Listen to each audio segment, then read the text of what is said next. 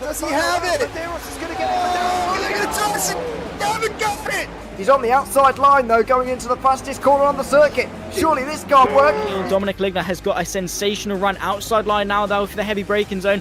Around the outside goes the Audi R8. Look how much Miller's caught back into play. Exactly, Miller's still start trouble. He's not on second and change. All of a sudden, Miller's back in play. Can Barry do it? Big Barry's going to do it.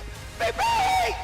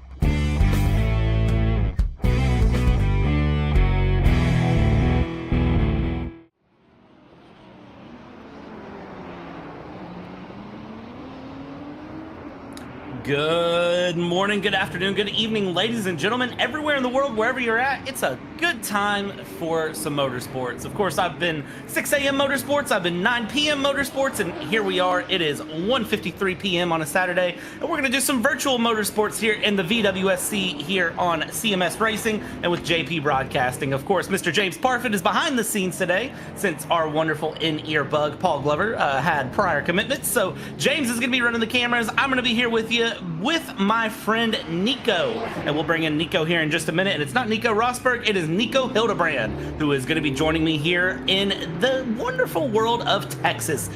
The hills and the stars are alive, and of course we're on round 9 of this VWSC Modern Championship here, and we've got Fuji, we've got the Indy 100, 100 laps Road Atlanta, and 2 hours of Bahrain. It's been a long season all around the world already, and we're close to the end, just a few more rounds to go to get us to November 9th, but COTA is here, and I love this track. Let's talk about the track here that we have with COTA. 20 turns, 3.43 miles down in the heat of Texas. It is a Mr. Tilke-designed track built in 2012 and purpose-built for motorsports, designed and built by the man that's designed every modern Formula One track around and some of the best of them. And this is a track that it mixes different sections of different famous tracks that you know and love and smashes them together for a lot of fun. Of course, you see that orange zone all the way down to round 11 or turn 11. But let's talk about challenges, tire management. This track is in Texas. It's hot. It likes to eat the tires.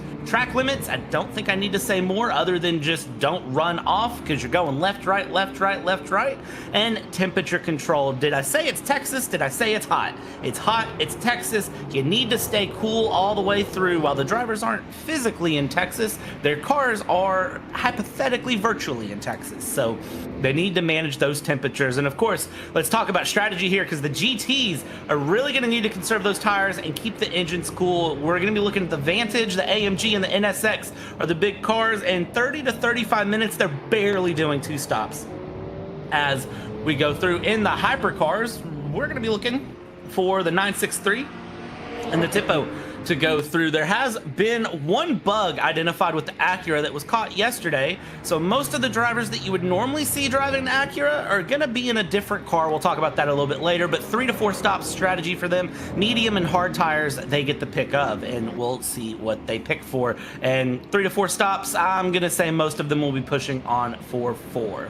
Now, we talked about all of that. Let's get to the scores on the doors. And of course, in the GT3 AMs, it is going to be the Bice family. Mr. Matt Bice up at the top there with Trash Panda Racing in the Corvette C8. Josh LePetri in second. Stephen Bice in third. Stephen Miller there in P2. And Mr. Mike Bice in 5th place. Filippo Marazzi, James Bowders, Pierre Moreno, Ryan Reyes, Roland Carl are your 11 drivers in the GT3 AM standings with Trash Panda Racing Corvette. And of course, Speed Details, they're not too far behind. They have a little bit of a gap, you see, but they can make that up pretty quick. In the GT3, lots of cars. Let's go through the top 10 and of course, look for your favorite driver if I don't say their name. David Junt, JT Tammy, Eduardo Bonica, Matthew Overton, James Walker there in P5, Eliso Neto in P6, Ross Smith in 7th place. We'll hear from him a little bit later. Johnny Gutierrez, Kyle Vesa, and of course Katarinakis there in the top 10. If I didn't say your favorite driver's name, make sure you look for him through. Make sure you look because there's a lot of good battles in this GT3 standings. Of course, your top 3 teams as they stand: Dark Thunder Racing and the Aston Martins with Walker, Tammy, Overton, and then of course Team Pazuzu, and then Stardust Autosports running that Acura NSX. That's your GT3 standings there, and still plenty of battles to shape up there. Even though some of these points look a lot close or a lot further apart than they are, they're a lot closer than you think. In the Hypercar AMS, this is the class that I'm really excited to see how it battles out, because Jerry Chin and George Angelidis and John Mayer, P1, P2, P3, separated by just a handful of points currently. And then you go a bit farther back: Scar Pope, Eric Monet, Craig Pullen, Luke Goodlife, Jason Whitehead, Norm Graff, and Benjamin Porteous Heath are your top 10. Of course, Adam Gray, they're not too far away. Mr. Vinicus Gonzalez, and then of course Bank through Tom Mountjoy down in P14, and then Zakic in 15th, Duncombe in 16th, Stefani, Patrak, and Gagandev all the way down. 19 drivers have participated in Hypercar AM, and of course Mistral Porsche 963 on top, with HRC Acuras there in 2nd place, and Reptile Racing in P3. In the Hypercar standings, 29 drivers have taken place. We'll run through the top 10. If I don't say your favorite driver's name, make sure you look for him and find him and support him nonetheless. Dan Kirby and Dan Herlock, P1 and P2. Mike Bell in 3rd. Tom Lane in 4th. John Uyen in 5th. Cameron Barker, Bradley Sellers, Timon Suvic, Mr. Volta de Bruin, and Michele Dinu, your top 10 through. And you can see there's plenty of tied points. 7th, 8th, and 9th are tied at 68 points. Plenty of places that need to be sorted out throughout this Hypercar standing. CMS Pro Porsches are up at the top of the team standings with Smile Power Racing in 2nd, and Manta Squid Porsches in P3 with the Rookie Monsters in 4th place. So we see lots of drivers, lots of teams, lots of different strategies. But I tell you what, Ross Smith is here. So let's just talk to Ross Smith for a second about things as they stand. Ross, good afternoon, my friend. Ahoy, hoy. How is it? How is it in the heat of Texas? Not as bad as we were thinking it would be. It's still hot, 33°C on the board, so it's definitely toasty. But we were thinking that it was going to be probably maybe 5-6 degrees hotter than that. Over 100, which I think it was still supposed to do maybe later in the afternoon. But it's hot, but it's not too bad. I'll say that. Now, how are the cars going to handle through 90 minutes? Because I feel like traditionally you see COTA racing, especially in midsummer, even in the fall, when you see Formula One and other series come here, and you kind of see just the tires. The complaint is the heat and the tires die. We're in the middle of summer here. Of course, it is nearing the end of August, but how are the tires going to handle? How's the car going to handle? I saw engine temperatures could be a concern. Yeah, I mean, it's just like you said, it is hot, and this race will be no exception. The cars, I mean, it's a Tilke course, so you're always pushing the car around left and right at the limit when it's fully loaded. So they're getting abused. I can tell you that with the NSX, the back end is just getting torn up real bad. Any cars that have a good amount of understeer will do well, just because they'll naturally correct for that. But you're going to see a lot of action with the Porsches, especially early on. I'm sure that they'll probably start to kind of fade a little bit, talking Hypercars 963s. They'll do well in the middle section. Of course, they make up a huge chunk of the field. We'll see how they are towards the end of the session and how much they're going to end up switching over and maybe taking some mediums. I don't know, that some of that strategy is going to come into play.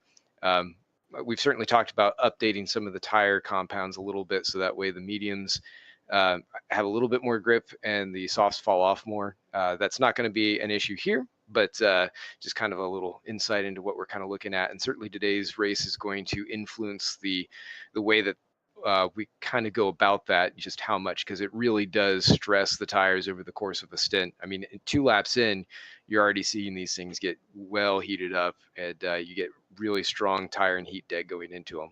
So yeah, look for that. It's going to be tough with some of the cars. I think the 963s were reporting some higher temperatures, although last message I saw from Jerry Chen was that with some of the higher cooling, everything was a-okay. So I think it's going to be all right for that. Awesome. It's going to be interesting for me to see how that plays into strategy. And I got to ask for you, what is your strategy for this race going in, Ross, there in the Acura GT3? What's the strategy? What's the goal? Well, pretty much from now to the end of the season is just kind of surviving and going through and enjoying battles where I can get them. Most of my time ends up getting caught into doing a lot of the modding stuff. I'm not even sure if I'll end up being able to race next year actually because of it. But there's plenty of fun to be had. I'm just going to look to survive, and if the track cuts keep going the way that I've seen them go, because they are really strict here, I just might have a chance based on attrition and people getting penalties. So that's kind of my aim for right now, is just stay out of trouble. There are a ton of hypercars around here, and there are not a lot of good places to pass. As you can see, the GTs really push out in a lot of the corners. They can't really control that. So hypercars have to be very specific about where they're passing some of these cars. 2 long stretches where you can do a lot of your passing, but once you get into those S's in the first sector and some of those triple corners on the back half, it really becomes very difficult to get around them, and you got to wait in line, which, as you've seen before, some people don't have the patience for that. So that's when the fireworks will start to go off. I'm glad you brought up track limits. For those who may not be familiar with COTA here in RF2, or may not be familiar with COTA in general, what defines the track limits on this track? Well, it's the white line you see around. Some people will understand it to be the curbing, and certainly if you've watched any NASCAR races in the past, and even some of the IndyCar races, they, especially on that penultimate corner, that kind of kink coming through there, they will push almost out to the wall, which of course WEC doesn't do that. They say that's a silly American thing to do. Don't do that. So yeah, you got to keep at least a tire touching that white line, and it is extremely tight around here. Drivers have a good opportunity to slow down and negate some of that if they do end up going a little bit wide, but it's going to come down to who has the discipline to be able to back off and not cop those points versus those who are just going to push through it and roll the dice and hope that they don't get a penalty later. You only have 4 points, so you got to make them count. Yeah, I can already take a big guesstimate that we're going to see a lot of track limits things handed out here after. Yeah, probably. Actually, I'm going to say yes, just based on that alone and knowing that there's only 4 opportunities. Ross, what's been going on with Storm Gang? I know you just made a comment a minute ago that you may not race next season because of it, but kind of talk about some behind the scenes, what's going on in the fun modern world, the historic world, kind of whatever you want to talk about. I know the Acura has some issues here at this track that we discussed off air, kind of pre-broadcast. Yeah, it's kind of an annoying little thing we've been chasing for a while, just because it's had this problem in the past, and I think the Toyota has suffered from it too, as we saw at Le Mans when Benjamin Porteous-Heath ended up blowing up in a similar fashion. But there's something with a collider object, or we're assuming that it might be a confluence of things that just basically gets caught on some sort of geometry in the track, whether it's some of the painted lines or something like that that sits above the surface. It interacts in a very sudden and violent way where the collision detection says, "Oh, nope, you crossed a boundary, and I need to adjust for that based off of all these other calculations," and then suddenly somebody's race is over. So it's no fun for anybody to have to deal with that, because I mean, you just want to focus on racing. You want to have fun just battling it out. And when you have to start thinking about things like that, is my car going to survive for the entire thing because of nothing outside of my control? It kind of ruins the experience. So we're definitely going to dig into that. I've already identified some things that we unfortunately couldn't implement before the race. So you'll see as we go forward to the next one, there should be an update that will hopefully correct that. Right now, some of the guys who were in the Acuras, Brian Hall, he switched over to a Porsche for this race. George and and Jason Whited. They're over in the Alpine, since that it's kind of a running joke about how it is very similar to the ARX. They're kind of sticking with that just because it has similar characteristics. So I think that's kind of it, though. I don't know that there are too many others that had to worry about it that are actually here today. Awesome. Ross, we always appreciate your time here. We're going to let you get on track because it looks like cars are going around. Warm-up is underway, it appears, so I'm going to guess you need to get out there and run a couple laps. Oh, just pit box check for the moment, but yeah, we'll be getting going here. Just to kind of finish off some of the other stuff we're talking, yeah, the tires are going to be something we'll probably do this year. There might be a couple other BOP things that we're looking at. Certainly today's race will be a great testing arena for that. It will have been a couple races since the last one, so big strong analysis going into the final rounds of the season. Might see some more weight on the Aston, I'm guessing. And we're basically just getting the mules ready. That's basically the end of this weekend, and then hopefully I can start getting some of those graphical updates I continuously promised going into the final rounds, along with some of the camera updates, because I know James really likes it when the cameras are nice and pretty. And as some of the drivers have complained too, you know, they want to have you know, very, very specific things that help accommodate that. So trying to do all we can as we go through and make those updates to a lot of the sounds. Eugene Mazur is actually going to step on and help as much as he can to do some of the balancing and transition into the new sound engine for some of the stuff that we had and just haven't had enough time and resources for, so that'll be great. And as far as the historics, there probably isn't too much happening with the 64s at the moment. They seem to be cruising along really well. As you saw, like Goodwood presented a lot of really good racing all around, and we're just continuing to monitor that. Any graphical things that I can update there before the end of the season, plan to try and do. But all in all, it's pretty great. We're just getting ready for 2025 and gonna have a lot of fun doing it. And of course, Ross, we discussed you have already accidentally leaked the year. I'm not going to say it, but somewhere, somehow, some way, we know the year. And I know you've already told me the year. So I'm going to thank you for that one. James doesn't know it, but I thank you for letting me to be the first to know. Yeah, absolutely. Well, like I mentioned, every season I will somehow mention what the next season will be, either directly saying what year it is, or through some other kind of reference. So it's up to the viewers, the more I guess observant ones, to pick that out and take it as they will. Yeah, and I'm gonna guess that I'm probably right in the year, but I'm gonna hold my breath and hold on until the official announcement comes out. Yeah, absolutely. And when it does, I've got some excellent videos ready to put together for next year. Hopefully I'll be able to find the time to do them the way that I'm envisioning, because I think it's going to be a lot of fun for everyone. I think it will be a lot of fun. Ross, we appreciate your time as always.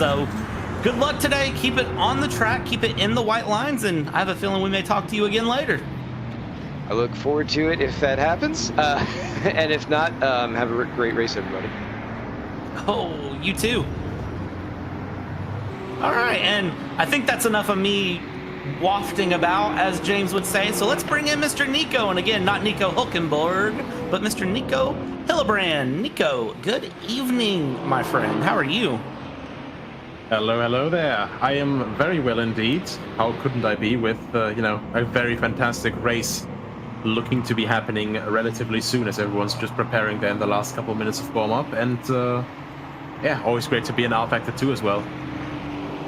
Yeah, R Factor is a fun one. 8 minutes left to go here and warm up. And Nico, I gotta ask, hearing Ross talk, I hate to say it, but this is a Herman track, so we know how this goes. Track limit sounds like it's going to be a hot button topic going into this race tonight. In general, like, that's one of the problems with just any track that has any bigger runoff zones instead of just direct gravel, because of course, racing drivers will always be pushing just that extra little bit of space that they can take. We see how flat it is. We see how inviting it is for certain corners to take just a little bit more curb, a little bit more AstroTurf. And it's, I can't blame them. They always are trying to get the fastest around. That's why, they are racing, ideally. And COTA has always been a notorious circuit for that. So yeah, and especially in these hot temperatures, you know, we heard it as well from him earlier, 33 degrees Celsius. That doesn't sound too bad, you know, in the air. That sounds like a nice warm summer day. But this is Texas heat, and Texas heat means, you know, the air is gonna be hot, and the track's basically gonna be making these tires boil after some time.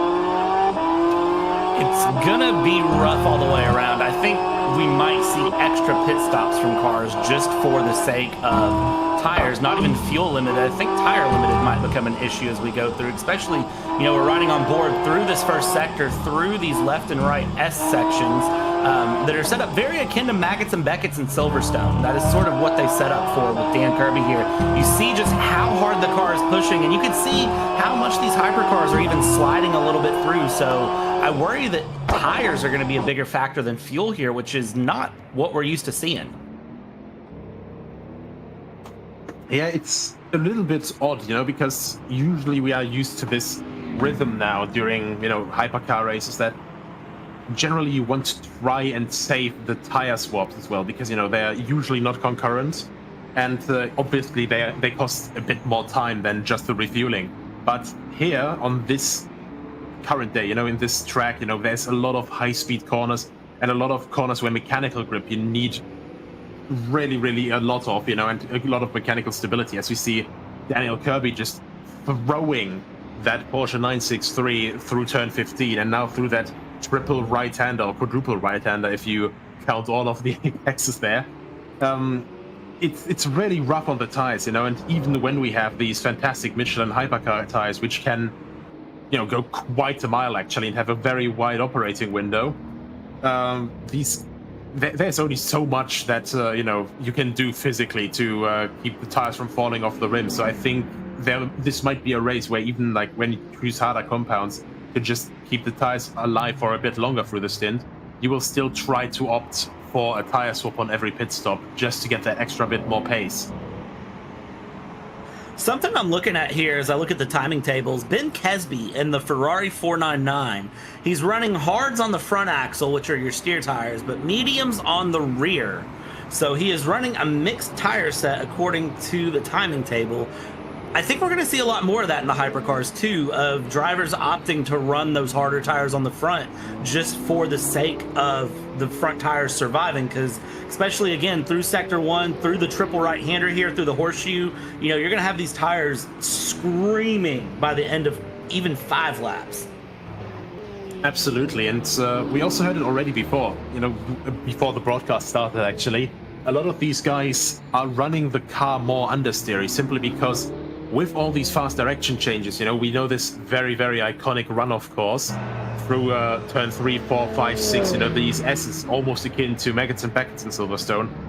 You really want to plantish rear end there, but at the same time, of course, the front tires will keep heating up, and the mediums might not cut it there for a full stint. So I'm seeing it actually with a couple other 499s as well in the field. Micah Loke and Alexander Sarema, they were also on hard tires on the front axle. So of course they have a little bit less grip, but, you know, as a counterpoint there, they will also have less overheating on the front end. So that balance could just balance, you know, itself out in a very beneficial way for them.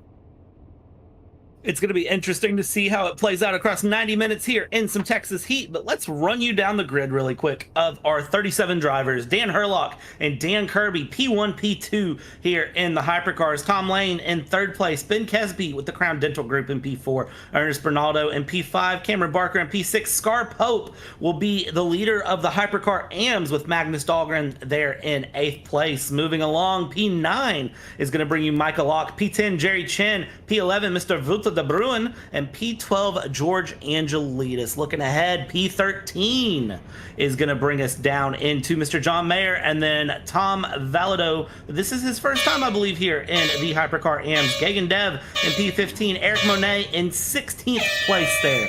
And then from there, it's P17, Alexander Sarami and Brian Hall, P18, Jason Whited, Adam Gray, P19 and P20 respectively. And now we get down into the GT3 class. Alexander Ayres, P21, Eduardo Benica, P22, David Junt, P23, Johnny Gutierrez down in 24th place. Adrian Rice will bring you P25, and P26 will be our GT3 AMs with Ryan Paulbert Reyes, Eugene Mazur in P27, Pierre Moreno in P28. From there, Ross Smith will start his way out in P29, P30 Stephen Miller, P31 James Walker, and then it's Mike Bice in P32. It's Stephen Bice in P33, Gilles Lalonde in P34, William Schlichting in P35, and P36 will be Dan Scott rounding out our field back in that Alpine A424. Cars around on their pace lap here, Nico.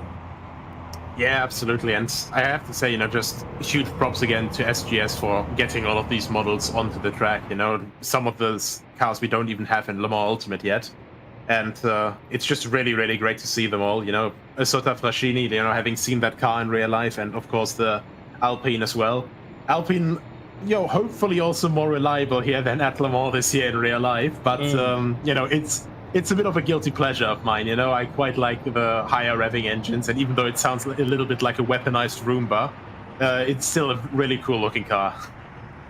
The Alpine is a very, very nice car, and I'm kind of sad that the Acura is not out, because the Acura, the Porsche 963, and the Isotta all rev to 10,000 RPM, but the Isotta is all-wheel drive, and I absolutely love it. So I'm going to be surprised to see how the Isotta handles. I think the Isotta is going to do pretty well. Of course, Scarpope and Dan Herlock being at the head of their class, and both of them are in the Isotta, so we'll keep an eye on that. We're pacing down this long back stretch. And Nico, I got to ask, when you're going down and you're on this slow pace lap, what are you thinking about? What are you doing?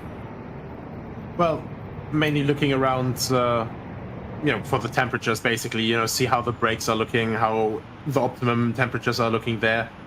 Generally, sometimes, you know, in these really high temperatures, you can already see a little bit of a trend with some engine temps.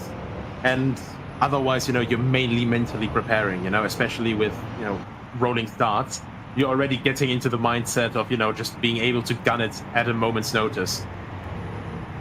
Yeah, and as they come around the triple horseshoe here, turns number 17, 18, and they're going to bring it around the double left-hander, turn 19 to turn 20, and then that will kick off our 90 minutes of COTA. It's going to be a fast 90 minutes. If you don't have your popcorn, if you don't have something to drink, you're a little too late. Make sure you stay tuned for the whole thing, because Dan Herlock is going to take us around to start this 90 minutes with Dan Kirby and Tom Lane. These three have been glued together multiple times this season, both in historics and moderns, but as we go through, the green flags are waving. They're going to get all the way down through. They hit the start line, and Dan Herlock's going to floor it off. 90 minutes of COTA is live starting now. They do the hard run up the hill here, hard on the brakes. This can be a tricky corner to get through, but it looks like everyone holding on pretty well. But back there, Tom Lane's already under a little bit of pressure here, and of course, orange zone is all the way through this first sector down into turn 11.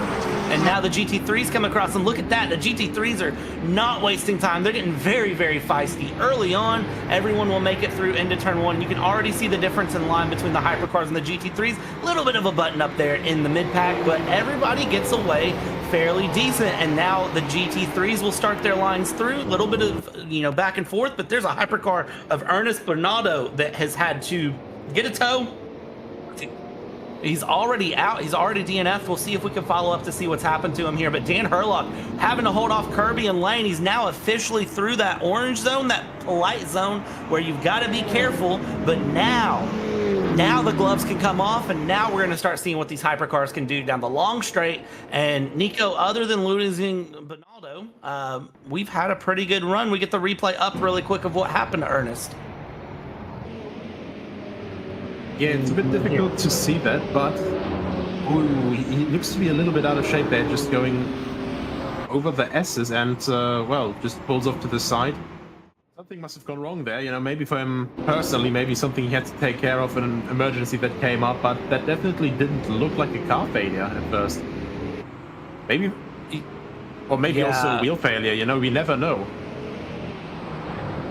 Yeah, that kind of looks like a hardware hardware failure there, because it seems like he, went to turn in and then something just took him straight, like the wheel snapped back straight. So I'm gonna guess that's a hardware failure of some kind, but we'll see if we can't get a little bit more confirmation as we go on. We've now officially done 1 lap around COTA, and you can see how tough this uphill run can be for these guys. And if you're wondering what these lights are to either side of the steering wheel that you see sitting there, one next to the screen, one next to the A-pillar, and you see those come up green and occasionally purple, that is telling the driver how the traction is for their wheels. It tells them if they're breaking traction. And for Dan Kirby, that's very important for him right now as he tries to chase down Dan Herlock, and he tries to keep Tom Lane. You can just see him there in the rearview mirror just behind. But Dan Kirby is, he's looking for something here, and Tom Lane says, you know what, you two scrap it out. Something happens, I'm right here to pick up the pieces and take the lead.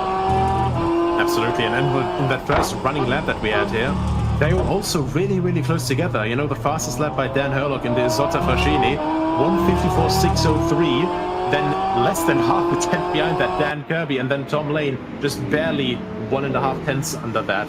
And they're really, really going at it already here. We can see all the time how much closer Dan Kirby's getting on the brakes, as we also have a little bit of a footage of that glorious Peugeot here, still without the rear wing.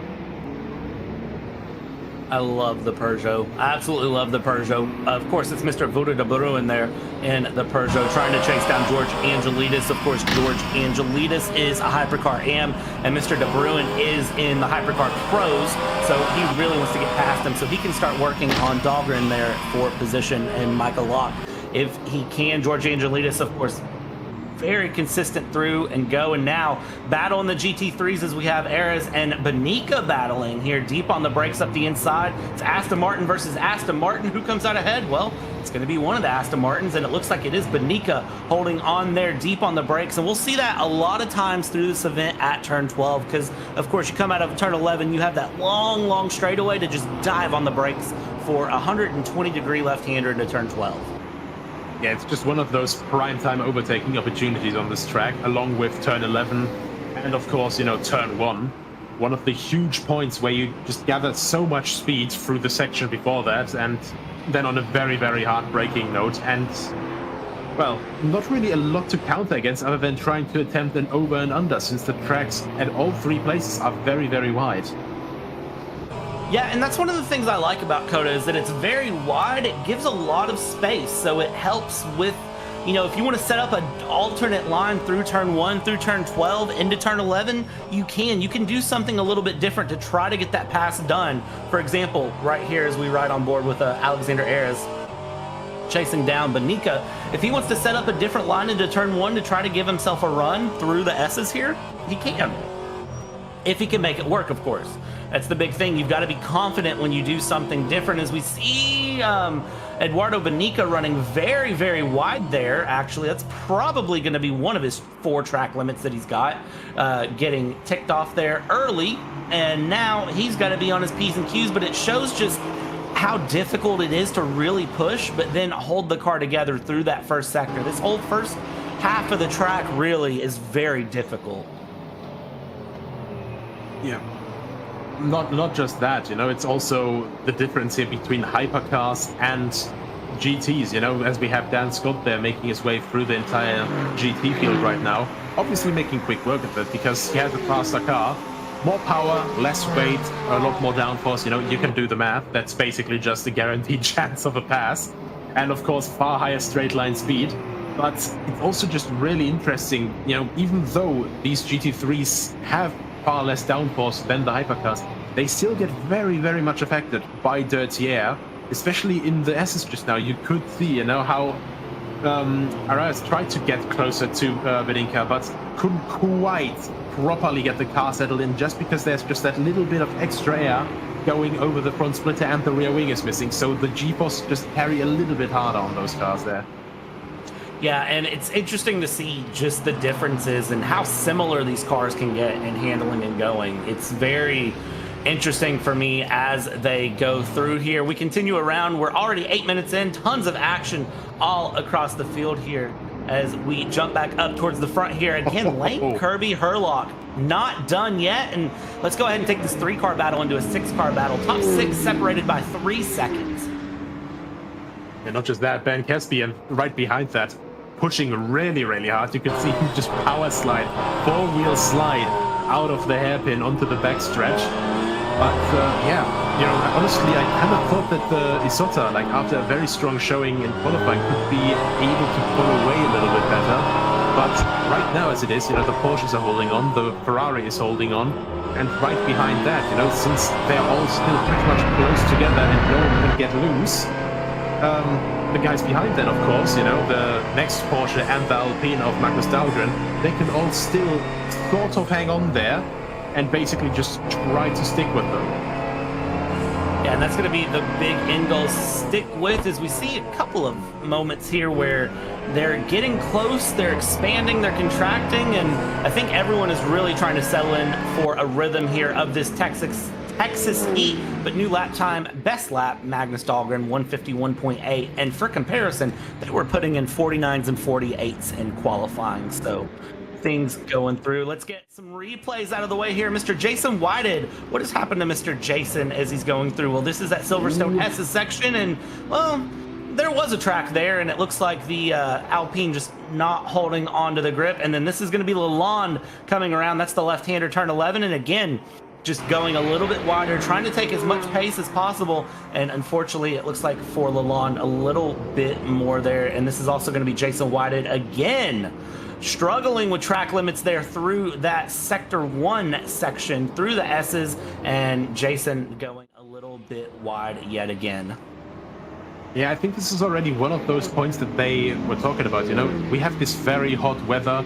Obviously, these guys are not running with the harder tires at the front. So I think as we're looking here on the front runners, that Ferrari, it looks a little bit more stable overall on the turn, and actually the rear end seems to be breaking out more often. So the rear end heats up a little bit more, it's fishtailing a little bit, but still gripping up enough that they can just keep going like this. So it's really interesting that the different tire choices already make themselves noticeable. Sorry about that. That flopped completely on this hot track, and the heat is getting to me too, I suppose. Yeah, take a drink of water there, man. We still got 80 minutes of action going. We're only 10 minutes through here. And I tell you what, if you're Dan Herlock, you're going to be fingers crossed the next 80 minutes hurries up, because Kirby, Lane, they're not done. And Kesby, of course, is right there in the mix. We're going to continue to watch these guys battle through, but it does seem like they're all holding station early on. I haven't seen anyone really trying to make a move, so everyone's just nice and happy to sort of follow the leader for the moment and hang out here. We jump back with Chen and May, and you see these two teammates here. Of course, they're going to be playing the team game. They're looking towards that constructor standings, those team standings there in the Hypercar AMS, and they are going to be looking to just make something up for their team, continue to put on points. They're ahead 377 to 247, and man, they've got to watch through. And we've had another DNF, I feel. Ross Smith, what has happened to Ross Smith in the Acura here? What is happened? We see he cuts a corner here, and Nico, I don't know what's happening there. He cut a corner, and then all of a sudden he was gone. Ooh, it's a rough one. I'd say that it was probably, just failing to turn in. Maybe the tire heat built up a little bit. If you push a bit too hard here, and as we have a move there, that is Tom Lane for P2. We're just getting news that Ross was apparently involved in an incident, so that might have been front-end damage that we couldn't quite see before then, or, suspension damage already. See that here? Going back. And this is... Oh! And that would be suspension damage. Yeah, that's a major, major incident there for Ross with Schlichting, and those two getting together, and not a normal place that I feel like you see cars impact, but big moment there, and unfortunately it's going to cost Ross Smith his race. Tom Lane getting loose out of the final corner, and we see Dan Herlock there. Tom Lane has gotten past Kirby, so ignore anything I said about Hypercars being happy to follow the leader, because obviously I was wrong here.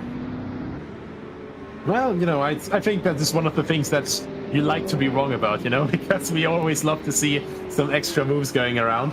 But I also have to say, the pace here, it's going fairly, rapid still. I would expect them to hold back a little bit more.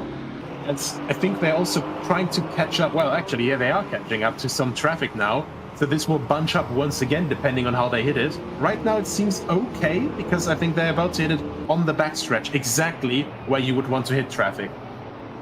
Yeah, and the big key for the hypercars is always, I feel like this goes without saying, but I'm going to say it anyways, you always have to pay attention to how you navigate around traffic. Right there, Tom Lane, very, very good move. You patient through the corners, as soon as they hit the straightaway, just floor it and get your way around. Tom Lane now trying to chase down Herlock as he can. And while he's lost a little time, he's got to watch Kirby. Kirby's going to go for a dive up the inside here, and there appears Kirby. And now Mr. Tom Lane down into third place through the third sector. Just follow the leader, hang out for a moment, and they got plenty of traffic. And this is where the race changes for me. This is where, you get through those first 10 minutes where you don't have to worry about traffic. And then once you start lapping GT3s, you will not have a moment where, as a hypercar, you're not trying to get around a GT3 for the rest of the race. Yeah, not just that. I think that's also where, the vitals of the driver, if you have like, a heart rate monitor or something, these guys usually are very, very relaxed. They're pushing hard, of course, but generally they're well prepared for the races, and it's not anything like, too tragic. You have a lot of downforce, you have a lot of grip, and the car's dialed in ideally. You're having a lot of fun, you're racing, and then as soon as traffic starts, like these heavier situations here, the heart rate monitor just more looks like one of those earthquake detection, one of those detection tremor things, where it's just these waves of, oh god, oh god, oh god, oh lord. When you have to start looking for the gaps, of course, not to lose any time. And speaking of losing time, Kirby just made his absolute move and made the absolute difference of that, because Herlock is barely 4 tenths ahead right now.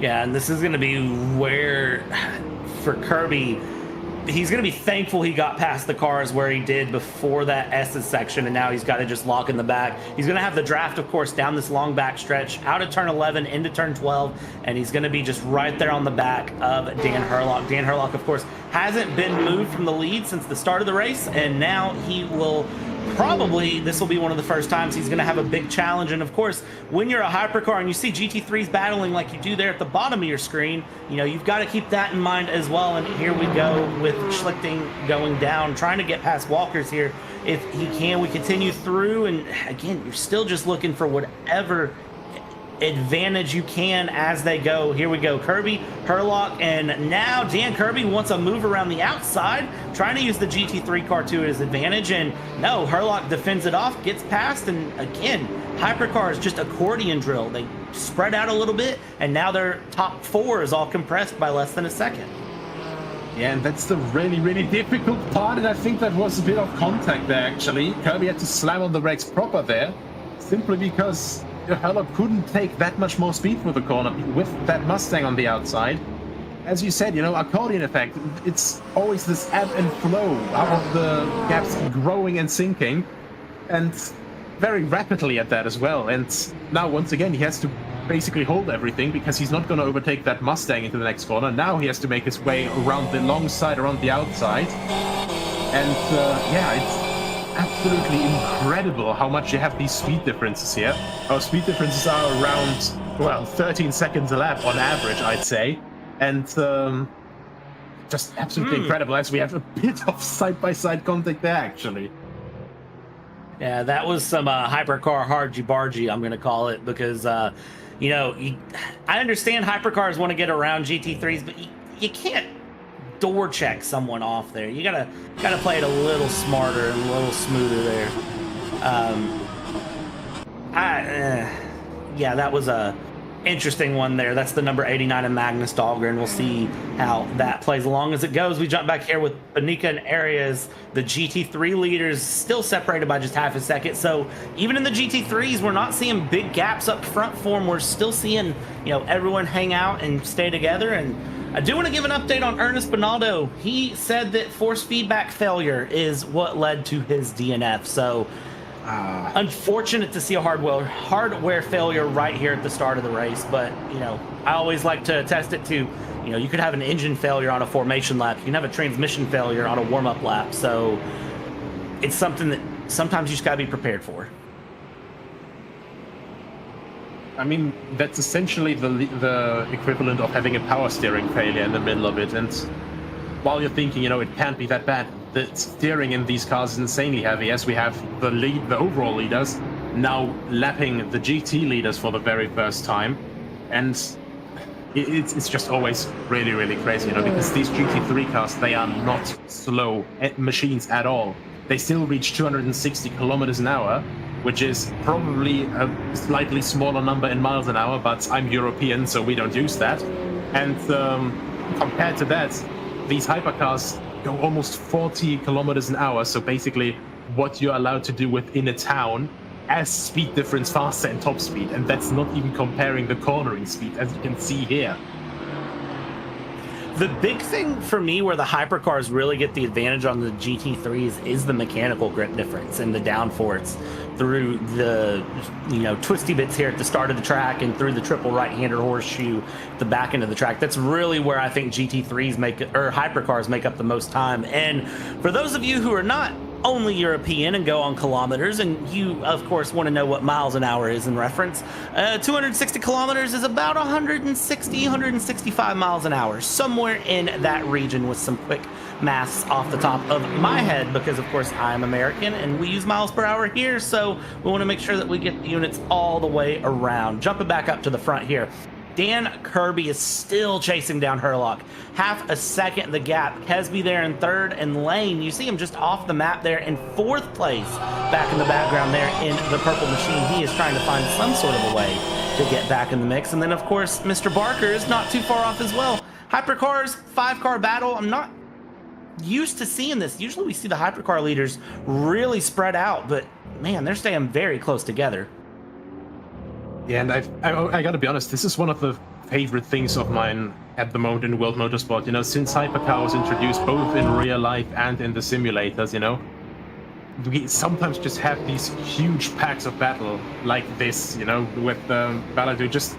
Oh, are they splitting it on both sides? Actually, yes, they are. Absolutely insane, as Baladu tries to keep up with Angelidis, who gets the slightly better line, and that is an M4 that is rejoining there, but very good situational awareness from all parties involved there, so no incident happens there, but space runs out very quickly around here. Yeah, I believe that was Ryan Palbert Reyes there in the M4 that was rejoining, and guarantee that was a Code Brown. And then of course Moreno there in the Porsche who got split. No, Valadu with a big error. He's off, he's around, he's backwards. Sir, the track goes the other direction. Let's go ahead and flip that Porsche around and get back underway, and we'll get a quick replay here on what happened to him. And you see he's just sending through, and it looks like hard on the brakes and the rear end. Did not like what he was trying to do. Yeah, it's difficult because of course these have hybrid simulated as well, and the hybrid gets of course some regeneration from you know, the rear axle as well, so from the transmission. So if you're braking too hard into this, or just in general, if you're trying to brake way too late into corners with these cars, you know, the momentum on the rear still wants to go on. You brake hard, and over the crest basically at turn 1, you have this moment where the rear gets especially light. You turn into the corner, and then the rear end just goes around.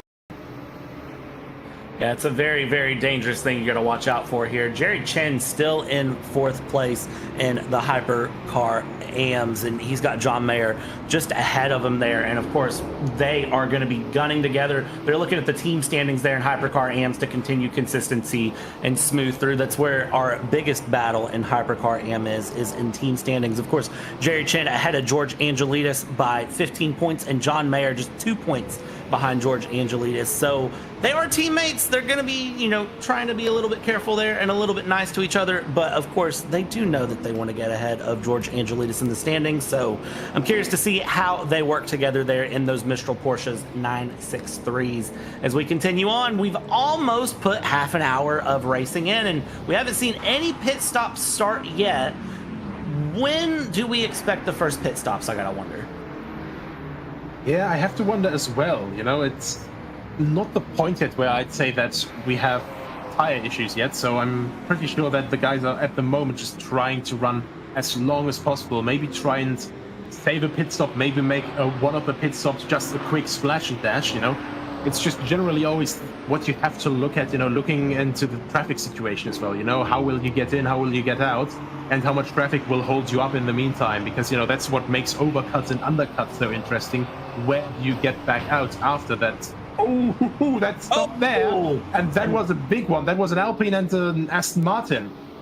Something big has happened there in between the mix of a GT3 and a couple of our hypercars. Yeah, that was...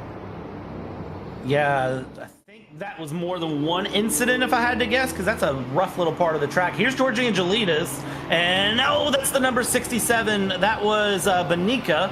And then, of course, George is just in the worst possible part of the track, and that was Mayer just bumping into him there. And, of course, we saw the avoidance on the outside. Hypercar AMs, that's a... We were just talking about the championship and, you know, what the goals were. George Angelides getting mixed up in that. That's just going to, you know, tighten things up. And George now is going to feel the pressure. He needs to get around and get his way moving. Yeah, and that's the rough thing about it. Because, of course, you know, he had a little bit more freedom then. But, of course, he still can't lose too much time. We don't know 100% what strategy they're on, you know. And these two guys were chasing him with teammates. So they have a little bit more freedom, you know, they have a little bit more chances to actually save fuel as well, you know, so they can basically swap around positions a little bit. They go, oh yeah, my tires are a little bit more used up now after driving in dirty air. So now, you know, I'm going in front, you're going to save your tires a bit more. And this dynamic Angelides just didn't have. And yeah, sometimes, you know, it's just this thing, you know, COTA just gets really, really close all of a sudden after being incredibly wide. So we have David Junt now having been promoted from P3 up to P2 after Beninka got unfortunately involved in that accident. Yeah, we have Junt here trying to chase down Reyes and get the lead. We have had hypercars start pit stops here and go through. I want to point out YouTube chat. Shout out everyone in YouTube chat. Phil across the pond. Evening, James and Nico. I mean... Hi, Nico. Hi, James. It's okay. I'm not loved. I'm the substitute for James Parfit.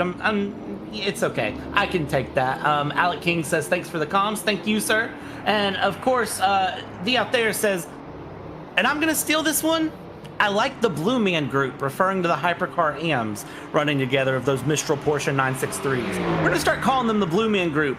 I believe we're going to have to, as Junt is on screen here trying to get his run on air as he's trying to go for that GT3 lead. He's trying to get the pass deep on the brakes. He's got the inside, and the Acura gets around the Aston. Yeah, I got to say, you know, as a former Honda esports driver, it's actually a very nice sight to see the NSX actually performing quite well. And yeah, basically a picture book move of how to overtake into turn 12 after that long straight, and John just, you know, making quick work of that, now trying to just build a gap, and yeah, not really much else to say about that. I think it's just for him a very relaxing thing to do that before the pit stop, because it's always nicer to go into the first pit cycle as the leader. You have a little bit more dynamics, and you don't really have to look how to counter the guy in front of you too much anymore. And right now, in this current situation, he's the guy that benefited the most. You know, everyone in front of him got slowed down in that incident earlier. Beninka even lost the place to him, and Jones in a completely undamaged car can now just keep pushing. Yeah, and that's going to be his look to go here, is the GT3 should be able to go a pretty considerable amount of time longer than what we're seeing the hypercars in. I see a lot of hypercars in. Jason Whited, George Angelides is in. We saw a lot of the hypercar pros in. Hypercar AMs now coming through, cycling their pit stops. The leaders are still out, though. Chen and Mayer, of course, separated by just 0.3 of a second here, both of the Mistral Porsches. And they're going to be, again, they're looking at the long-term team implications of this hypercar AM. They want to secure their lead over the HRC Acuras, but they also want to take a look at trying to get John Mayer ahead of George Angelides here so they can have the 1-2 and the Drivers' Championship as well. So they're going to be really looking long-term here, and I would bet they're going to try to go as long as they can and do a bit of an overcut if they can get away with it. Yeah, I could honestly see that happening. You know, I could even see a double stack maybe happening from both of them at the same time, or that they're maybe trying to go, okay, I go first, then you stay out. I try to block, whoever's coming up behind us, and then you are a little bit covered off. But that's all team tactics. You know, you can always rely on your teammate as long as you don't hit each other. That's the golden rule after all. And are we gonna have someone come in? No, not yet, but I think they're already thinking about it.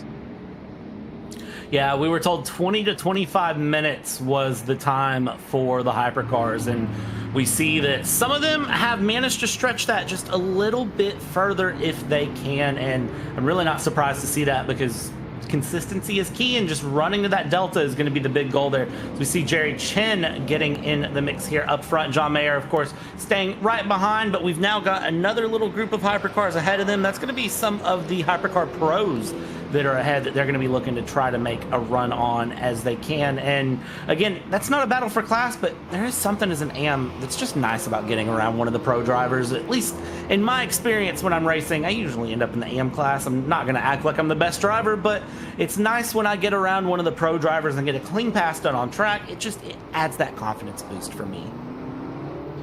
I mean, it's always its confidence boost, it's an ego boost as well, and in the end, if you want to get the most out of the car, you can absolutely use every bit of ego and confidence you get, as long as it doesn't become overconfidence, of course, And, these guys, of course, are just checking right now. I think, actually, they might be looking at a slightly bigger gap. Either Mayer is backing off a little bit, or Chen is just, a little bit more confident now. It could also be, of course, that Mayer got a bit more damage in that collision earlier, since he couldn't avoid the stationary Alpine of Angelidis.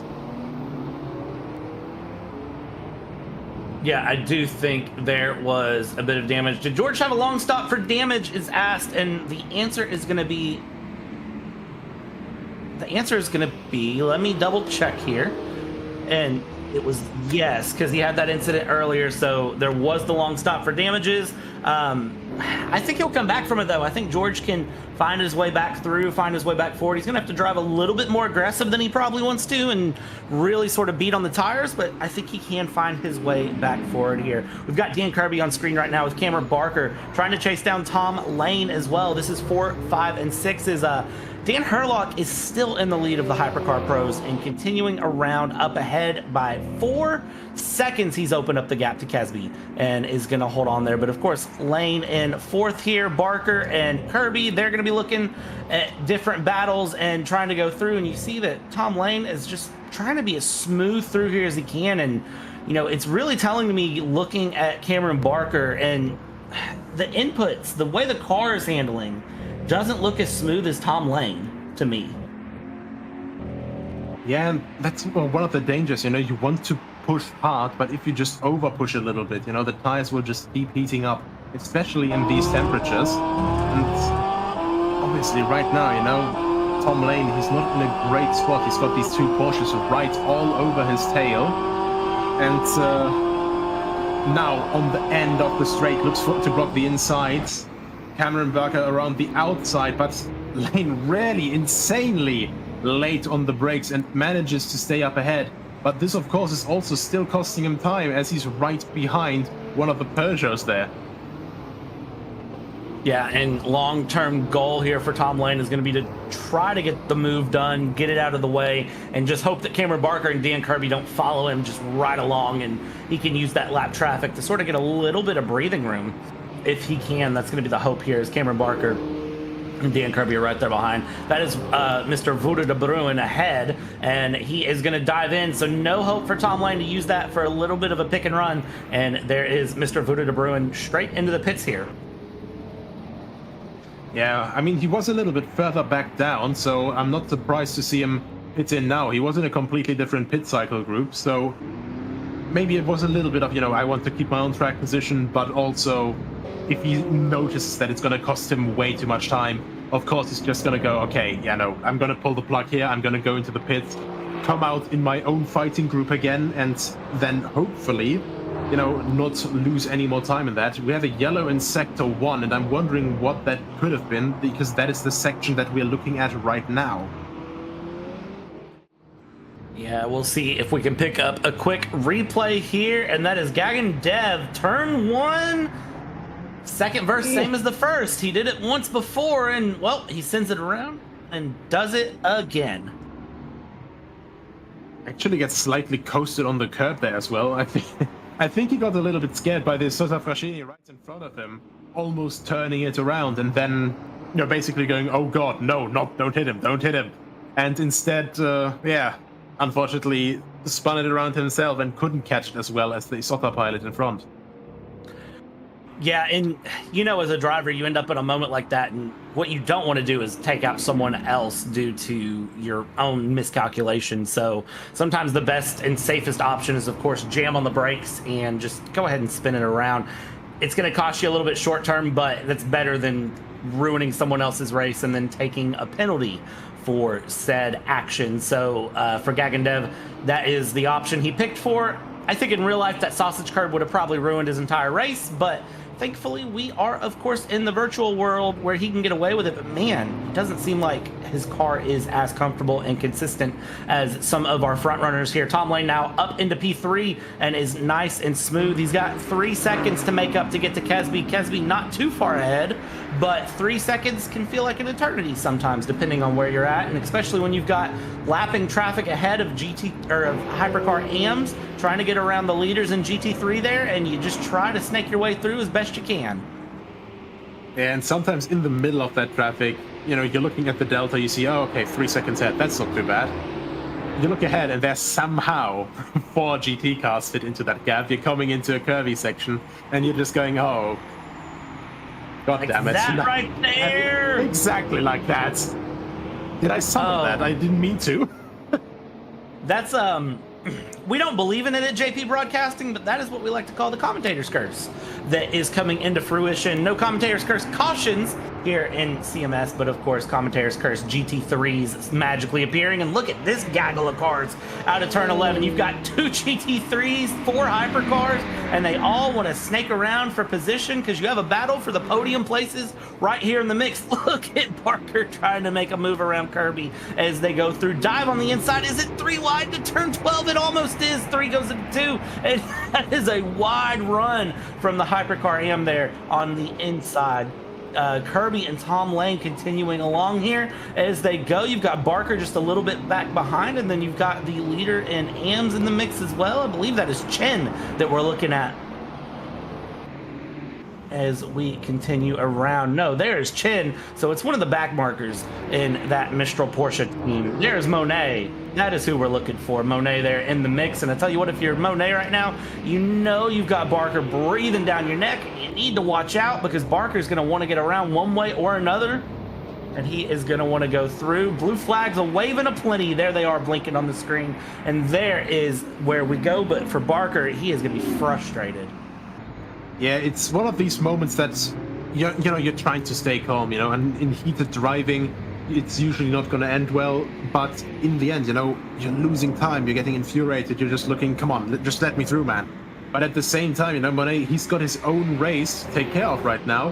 And if he feels, you know, in these fast corners, there's not enough space for us right now, of course, the faster car has to make the safe pass. And they, of course, are a bit risk averse here. They still have, well, just under 55 minutes to go, and of course they don't want to get the penalty for that.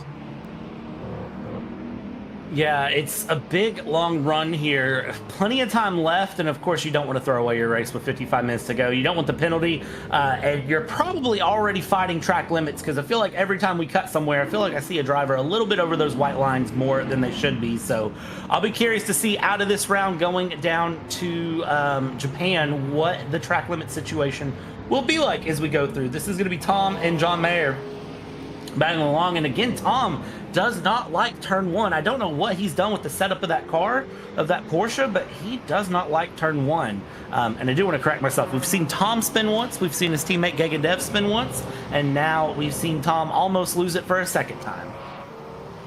Yeah, just really pushing there, and of course, oh, pushing it again, my goodness, and that's a very squiggly car.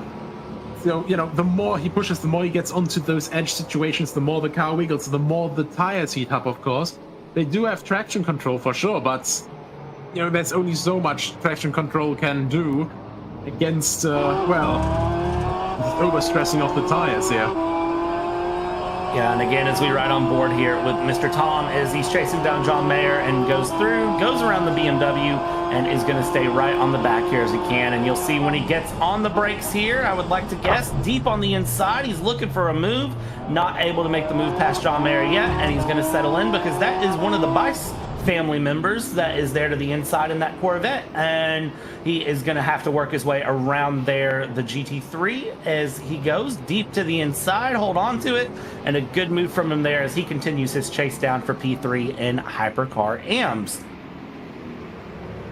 Yeah, and this is just this wonderful time in the meantime. You know, we have this constant mixed and mashed of pretty much 4 different classes of drivers in 2 different classes of car, and there's always some action happening, you know, as we're literally just going straight back to the front battle.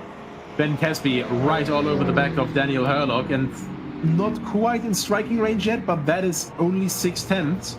That is 1 lockup away from an instant overtake move.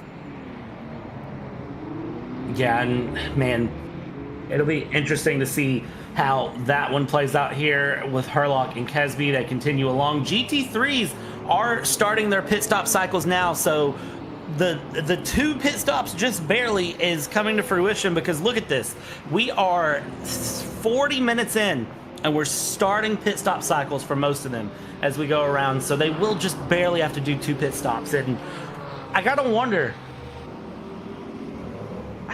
does anyone decide to, you know, run it through? As we're watching Bice and Paulbert Reyes on screen here. This is the battle for the GT3 AM podium places between Mike Bice and Ryan Paulbert Reyes as they go through. Of course, Pierre Moreno is a few seconds ahead, but hey, P2 is very important, especially when you look at the GT3 AMs and you remember that they are battling in for the team standings and the championship standings as they can find them through. We go through and we continue on, and I tell you what, I like the look of the M4. The M4 looks very stable against that C8, but it seems like that C8 has just a little bit more to give.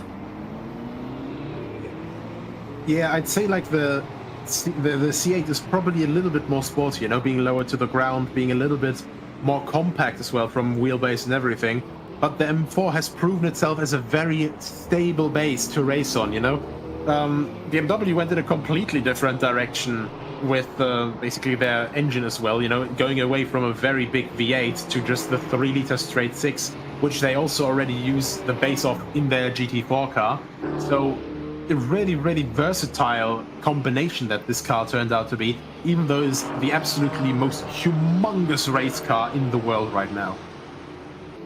Yeah, it's big, but it's fast, and it works, and it's somehow nimble at the same time, as we see there switch back on a hypercar as we go through. I didn't expect that, but for a split second going out of the corner, he went back side by side as we go through, and now Ryan Paulbert Reyes, 6/10 of a second back from James Walker, is going to be looking to get past James Walker if he can.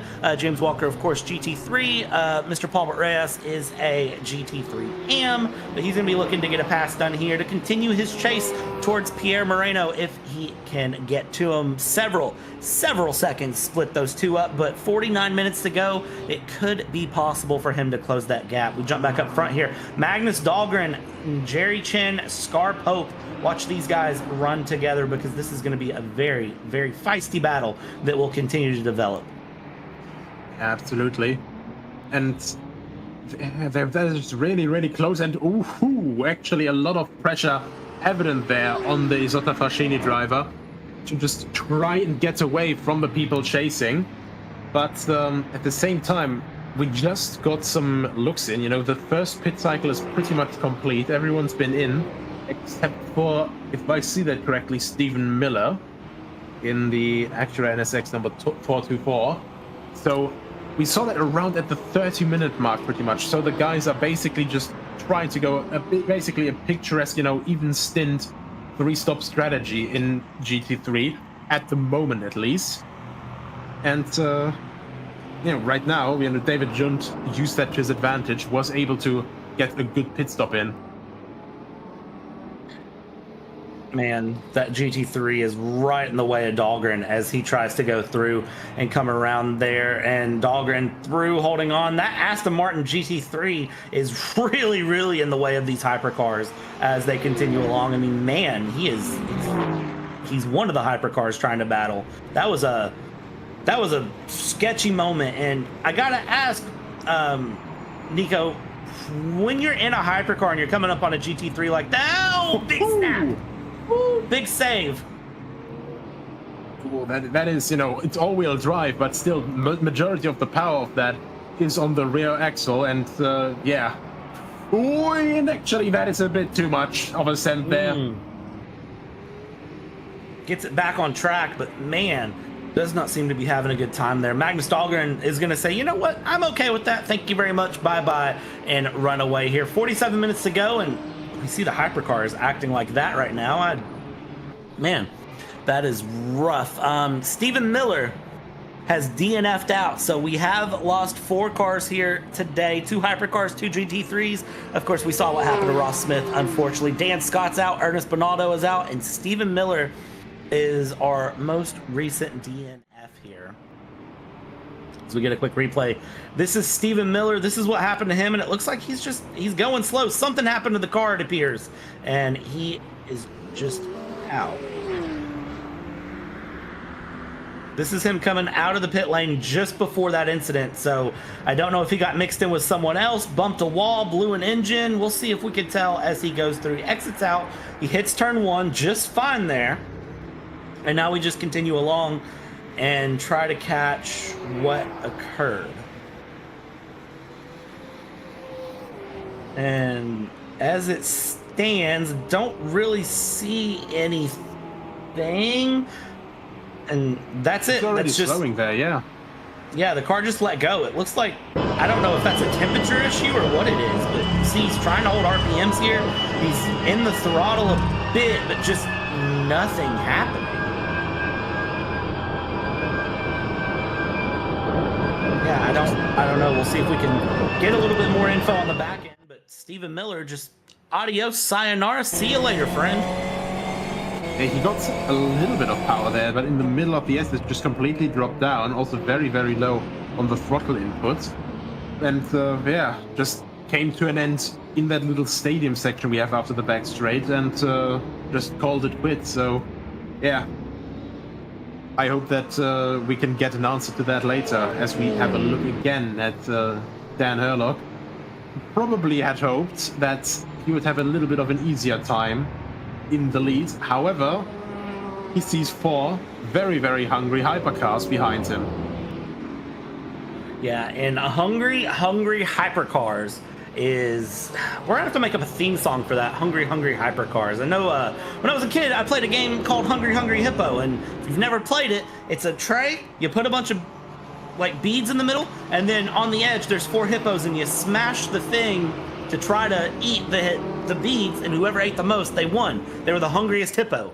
And to be frank right now, that's what these hypercars are reminding me of. Hungry hypercars. How many cars can get ahead of who, and how close can they stay? And tell you what though, Dan Herlock has held the lead all the way through this as it stands. So if you're Casby, Kirby, Lang, Barker, you're really trying to make a way through, but we've gotten back into this next gaggle of cars yet again here, Nico, and this is when I get nervous. When we go from, like, you're getting around 1 GT3 or 2 GT3s, and you end up looking and it's a sea of 10 cars together, and they're trying to make it through corners and get around and, you know, really stay together. That's when I get nervous, and that's when big incidents can happen.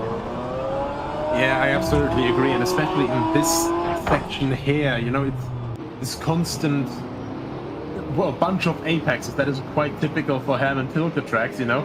You can't have one long corner, you have to have multiple different apexes, and all of them are at very irregular rhythms, and all these guys, of course, try to hit those apexes, and the tracks get a little bit more narrow on said apexes, as we have the leader, no, that's second place actually, that's Casby heading into the pit lane for the second stop already. And, you know, these guys are basically just trying to stay out of trouble, but of course, a lot of cars all of a sudden brewing up in one place. Many cars in small place. If you've ever driven around in a populated downtown area, you know that that's not a lot of fun.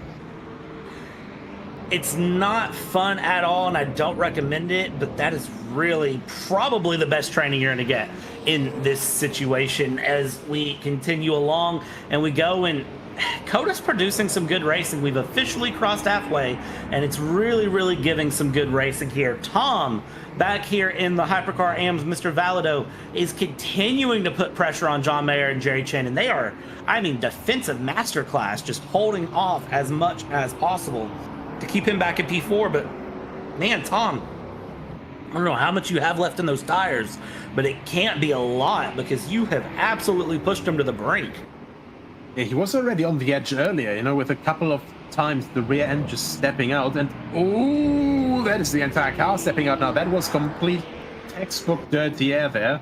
And yeah, as Tom Valido, I would be considering my approach, you know, maybe I continue to push at maximum, completely risk my car and my race here, or maybe I try to back off just a little bit, because behind me there's only a Ferrari from the Pro class and it's a bit back.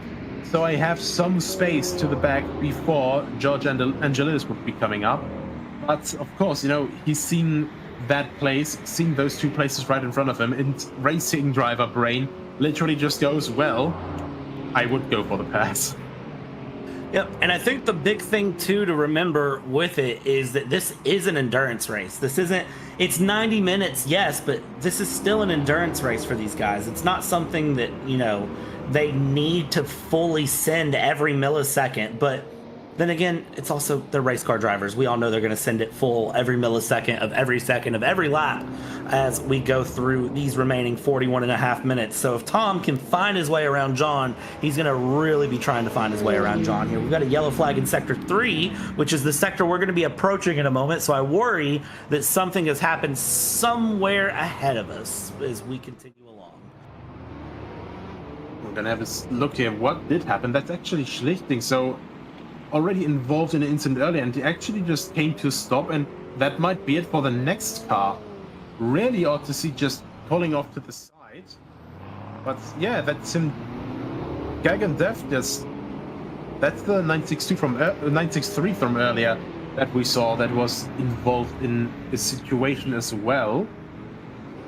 Yeah, Gagan has DNF'd, so I have a feeling that Mr. Schlichting and Gagan Dev had a moment with each other, and I'm sure we will see if we can find out what happened here in just a little bit. We continue along here, and Mr. Gilles Lalonde is continuing to push his way forward. He will get a pass on Schlichting as we go through, and he is currently running around. Gagan Dev is out. We continue forward yet again. 40 minutes to go, and has it gotten a little cloudy? Yeah, it definitely got a bit darker there. I wouldn't know if it doesn't look dark enough for rain clouds yet, but definitely some overcast there. And you do know that, you know, despite it being so hot, when you have these prolonged stages of heat, you can just have these heat thunderstorms, of course. Yeah, and I tell you right now, if any rain comes down, it's gonna throw, it's gonna throw such a mix into what happens. But it is cloudy, which does mean we might get a little bit of a reprieve from the temperatures. I just looked at what our temperatures are. It is 96 degrees Fahrenheit, 35 degrees Celsius air temperature right now, as it stands at Circuit of the Americas. What that translates to for track temperature, I'm not even going to bother with the actual number because I don't know, but I'll tell you right now, it's just hot, hot, hot. It's very, very hot, and it's going to be just wreaking havoc. So this little bit of shade is going to be a nice reprieve, especially if you're Dan Kirby. Maybe get a little bit of life back in the tires there while you try to chase down Dan Herlock.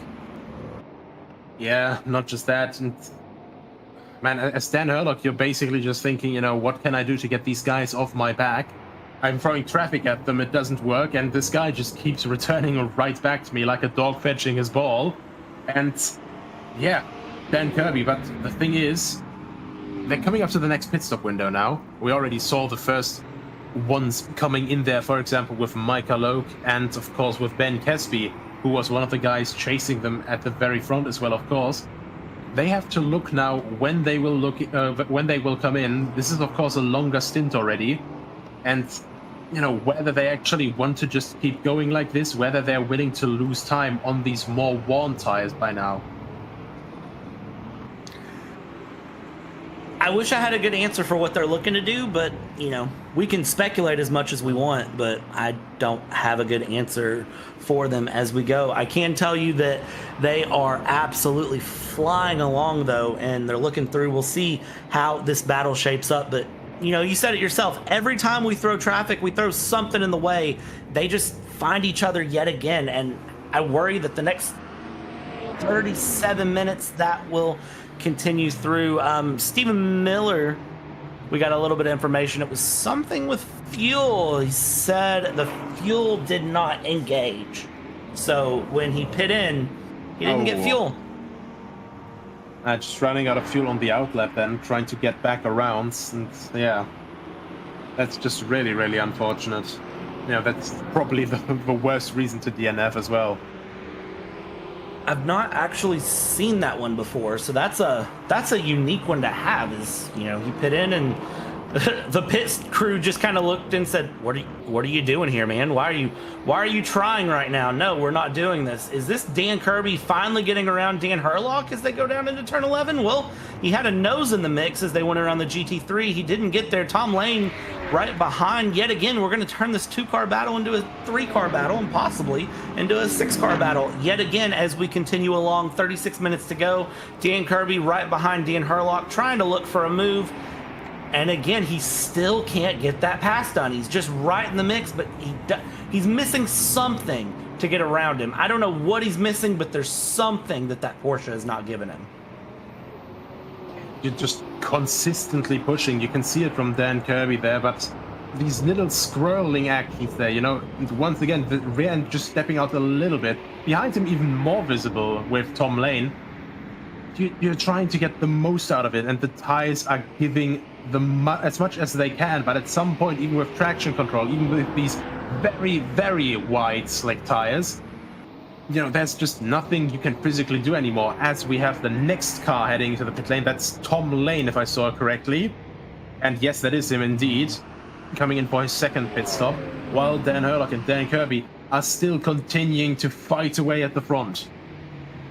Is he going to be looking for some sort of an undercut? I think Tom Lane is. I think he's hoping that he can come out in clean air, do a hard push, and then try to get around Herlock and Kirby the old-fashioned way, as opposed to, you know, just trying to fight it out on track.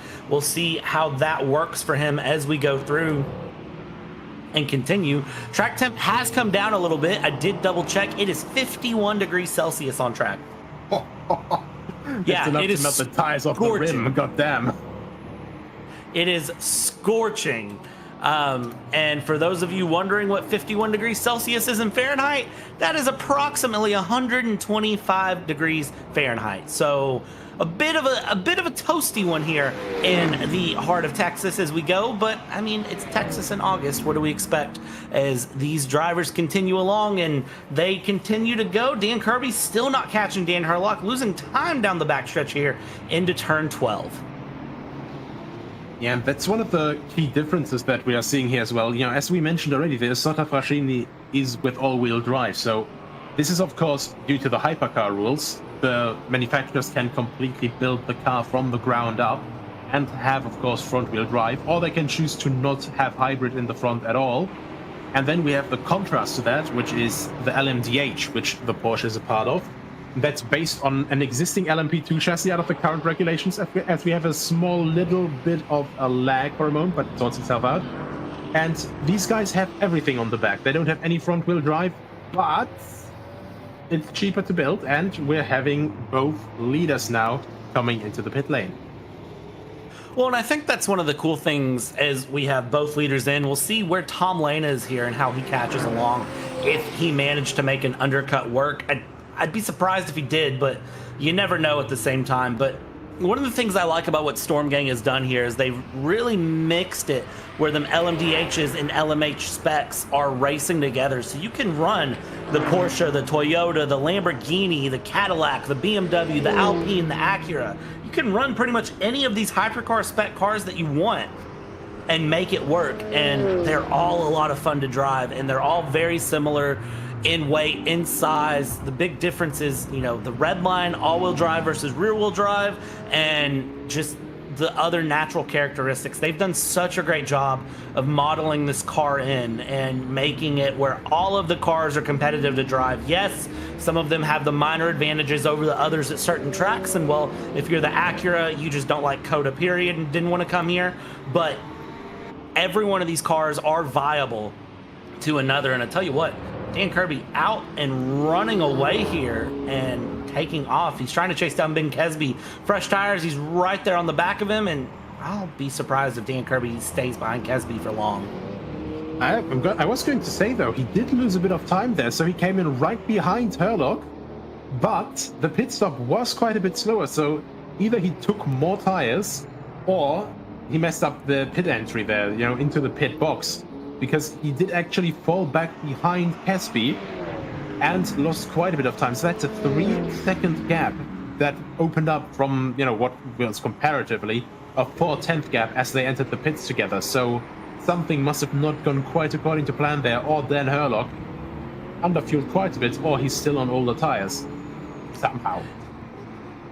Looking at it, it was about a 3-second difference in stops. So I don't have a good answer for what that would be, because that wouldn't be just tire changes. That would be, I'm not sure, as Dan Kirby gets a big slide there, actually, trying to go and continue to put pressure with Kesby. Those tires trying to come up to temp, trying to get them into the operating window, which really shouldn't take that long here in this Texas heat as we go, but he continues to push. He's going to have to get around by Kesby if he can, and then he's got that 3-second trek he's got to make to Herlock. And again, 31 minutes to go. I don't think it should be too bad of a time for him, but we'll see how things go. But Tom Lane, really the big loser of the mix here. He is back 20 seconds, or 30 seconds, I apologize. He's 20 seconds off Barker. He's 30 seconds to the leaders. It did lose out quite a bit, but that's the thing, you know, with traffic giveth, traffic taketh away. And as we saw, you know, with the fights earlier on with George Angelidis, for example, if you make a mistake there, if you have any sort of collision in traffic, you can very, very, very easily just lose out 10, 15 seconds. And that's something that in a 90-minute race is incredibly difficult to gain back. Yeah, it's 30 minutes to go, and you can see that we've hit that point in the race where everyone has settled into their rhythm. The battles have spread out a bit here at the moment, and this is that sort of mid-period. You see this usually with longer races, but here at this point, you're really going to start seeing that point where the class battles settle down a little bit more. Everyone's really driving to their own delta. They're driving to their own rhythm. The big battles are going to start to be for the overall positions. You're going to start seeing those mixed class battles for overall positions that will continue through and push all the way through for the remaining 30 minutes. Because everyone, you know, even when you're looking at class, they're going to be looking, they're going to be saying, you know what, I want to finish top 5. I want to say that I finished top 5 this race, you know, if you're Scar Pope. So for Scar Pope, that means getting around Tom Lane. So that's the big goal, even though that's not a battle for class, and Scar Pope is, of course, leading the Hypercar AMs. He's going to be looking to get around Tom Lane for a top 5. 30 minutes remaining.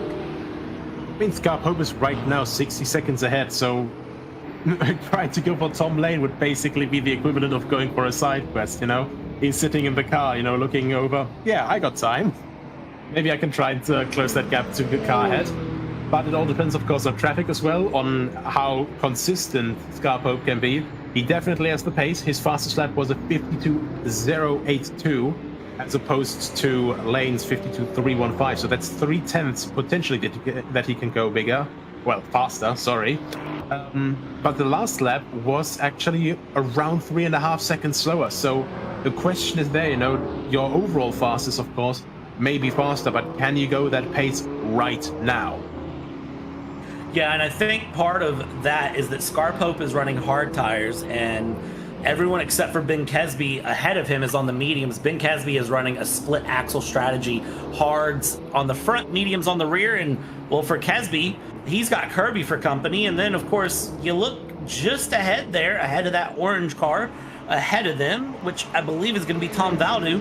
It is the wonderful Dan Herlock. So they've closed that lead up a bit to Dan Herlock, and they have managed to make it where, well, once again, Dan Herlock can't breathe as easy as he has been. Dan Herlock is really, really feeling the pressure of this race. But I will say his smoothness, his consistency has seen him ahead time after time. But Dan, you've got 28 minutes and 15 seconds to hold that position off of two very fast, very hungry drivers. Yeah, and that's the thing, you know, they're always getting close, but can never quite get the move done. Maybe they're waiting for a dramatic last-minute pass, so he can't counter.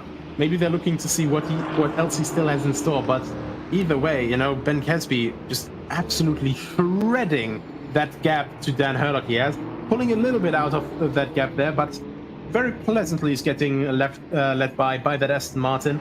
And what used to be a 2.5 to 3 second gap, within 2 laps has gone down to 1 second, and now below 1 second on the brakes. So those split tires are definitely working out in Ben Kesby's favor right now.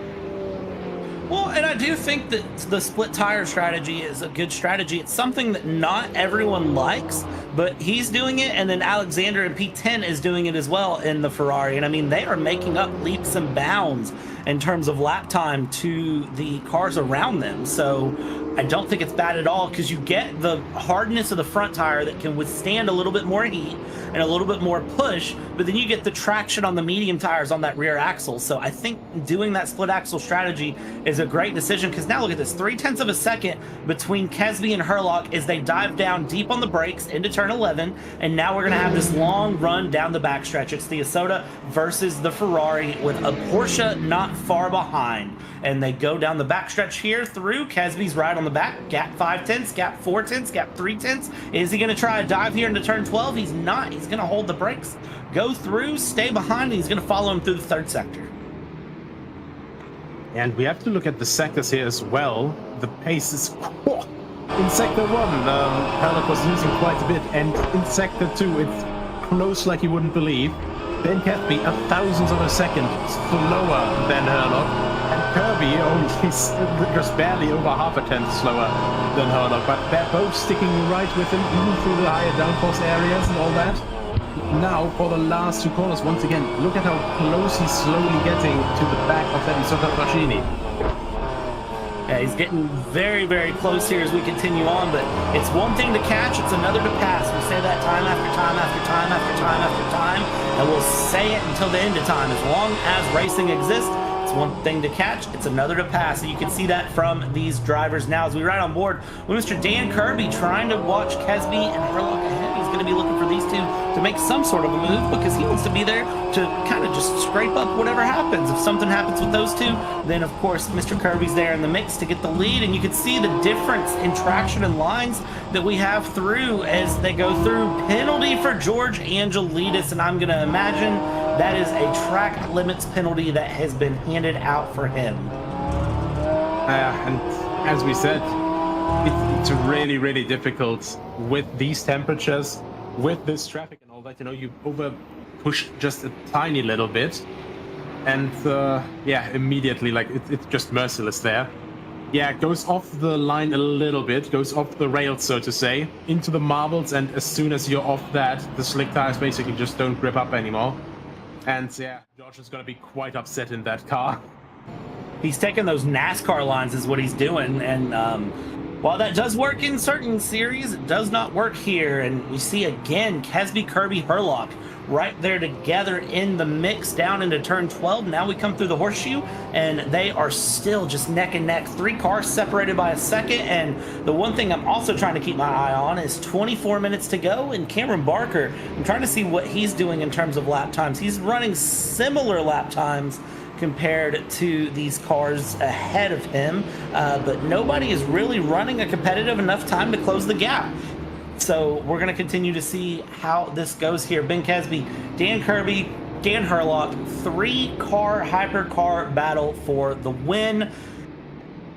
And Dan is, I mean, he's performing well under pressure. I can't say a lot about it. He's doing very well under pressure to be smart and pick his way through. He's got to be careful right now, because that's a car exiting the pits. You got to watch out and hold on. Oh! They make it through okay, though. Excellent spatial awareness from everyone there. And whoa, now we see the big speed differences again, though, between the GTs and the hypercars. And of course, the hypercar Pro and M were like lapping each other as well. it's all just dirty air festival right now through the SS section here, as Ben Kesby is trying to do these slightly altering lines, trying to get a little bit out of the dirty air of Dan Herlock and get a little bit more speed there. And he gets it. Now onto the way, down to turn 11. Can he quite make a move yet? Not quite, but the next Ferrari is moving out of the way there. That would be a teammate of his, of course, with the same livery. Now maybe not quite being able to get the slipstream, unfortunately. You really would have wanted the slipstream, but I tell you what, you've got a teammate not too far ahead too that's probably going to play second fiddle there to help you out just a little bit. And look at that! Oh no, the teammates come together. They broke the golden rule. They broke it. Oh my gosh! That was Kesby coming together with a teammate, and I mean, you could see deep on the brakes trying to avoid, unable to avoid, and oh my gosh, that is not what you want to see at all.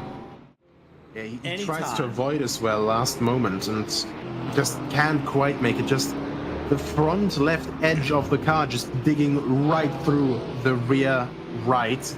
And even more bad luck for Kesby now, you know, being right behind that BMW that's just trying to go into the pit lane. But oh my goodness. I hope that he didn't carry too much damage from that.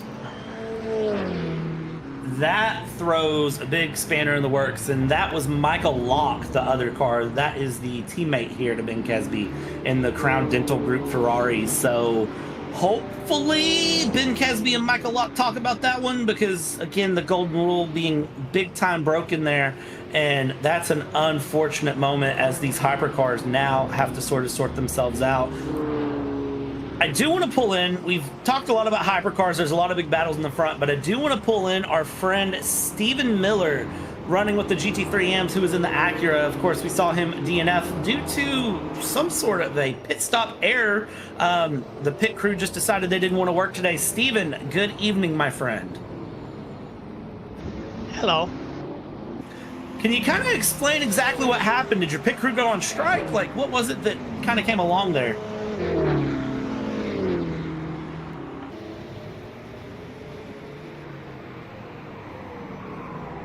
Steven? Hello. There we go.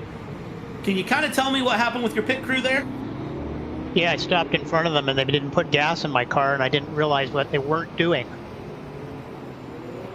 Oh, is that a glitch or what was it that causes that? I've never heard of that before.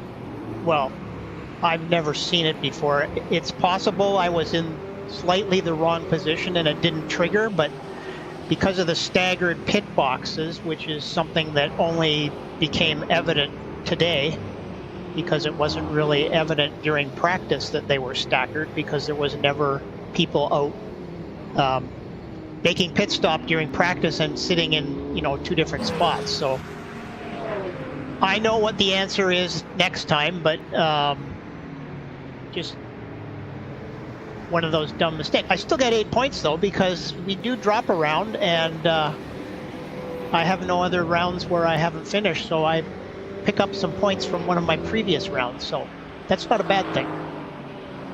Hey, that's a good thing for the championship battle here. Talk to me about COTA though. This has proven to be a fairly difficult track, honestly. It is, and I think the first part of the race suffered from the fact that there wasn't a lot of time where everybody was on the track together to really appreciate where you could drive around other cars. So there was some, what I thought was very aggressive behavior from some of the back markers and some of the hypercars in terms of, no, I'm coming through. I don't care that you're there. Man, it's been an interesting wreck. 2 seconds here because Kirby and Herlock are battling, and we see Kirby got around. Now Herlock's going to go up the inside. Herlock into turn 12 is going to settle this in, and these two have not stopped battling the entire time, Steven. I know you were racing for a bit, but I hope you've been enjoying this battle here between Herlock and Kirby, because for just a moment Kirby was around Herlock, and then of course Herlock settles this one back in.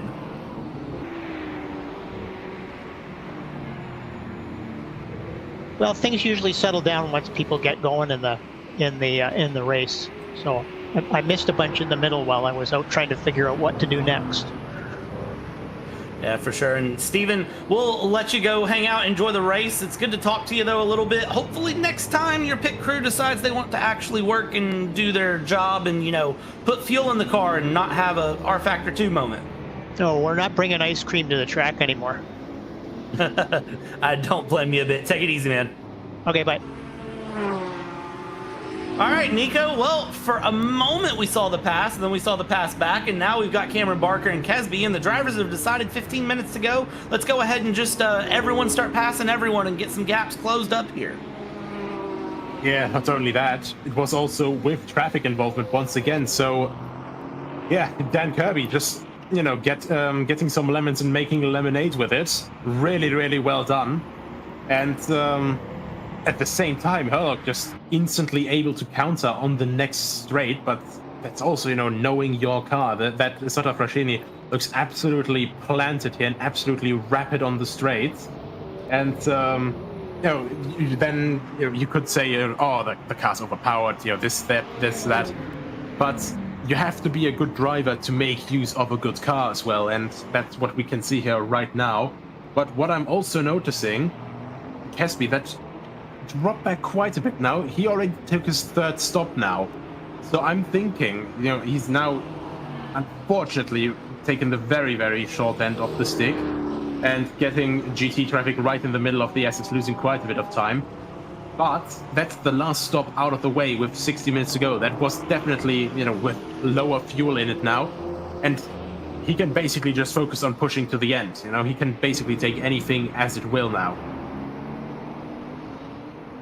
Yeah, he's going to be looking for something different here. We jump back to the AMs for a moment because Meyer and Valadu are battling here, and we've seen Tom Valadu over and over again really pushing that Porsche. Has looked a little wiggly, but he's seemed pretty comfortable. And of course, Meyer there in the Mistral Porsche 963 has seemed very smooth and consistent. I don't know if it's different driving styles, different setups, but it's producing similar results of absolutely stellar racing here in the Hypercar AMs as they go, because Herlock and Kirby at the moment aren't too far off of each other either. They'll continue that battle, I think, the remaining 15 minutes though.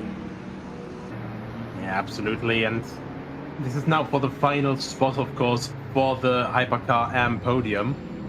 And Valadu, we've seen a lot from him already, you know, a lot of unfortunate moments trying to evade other cars, having a spin, but it still brought him close enough to be challenging one of the two teammates that, of course, were mainly fighting against George Angelidis earlier. Now George Angelidis focused his fight more on recovering after that collision and then unfortunately getting a penalty as well.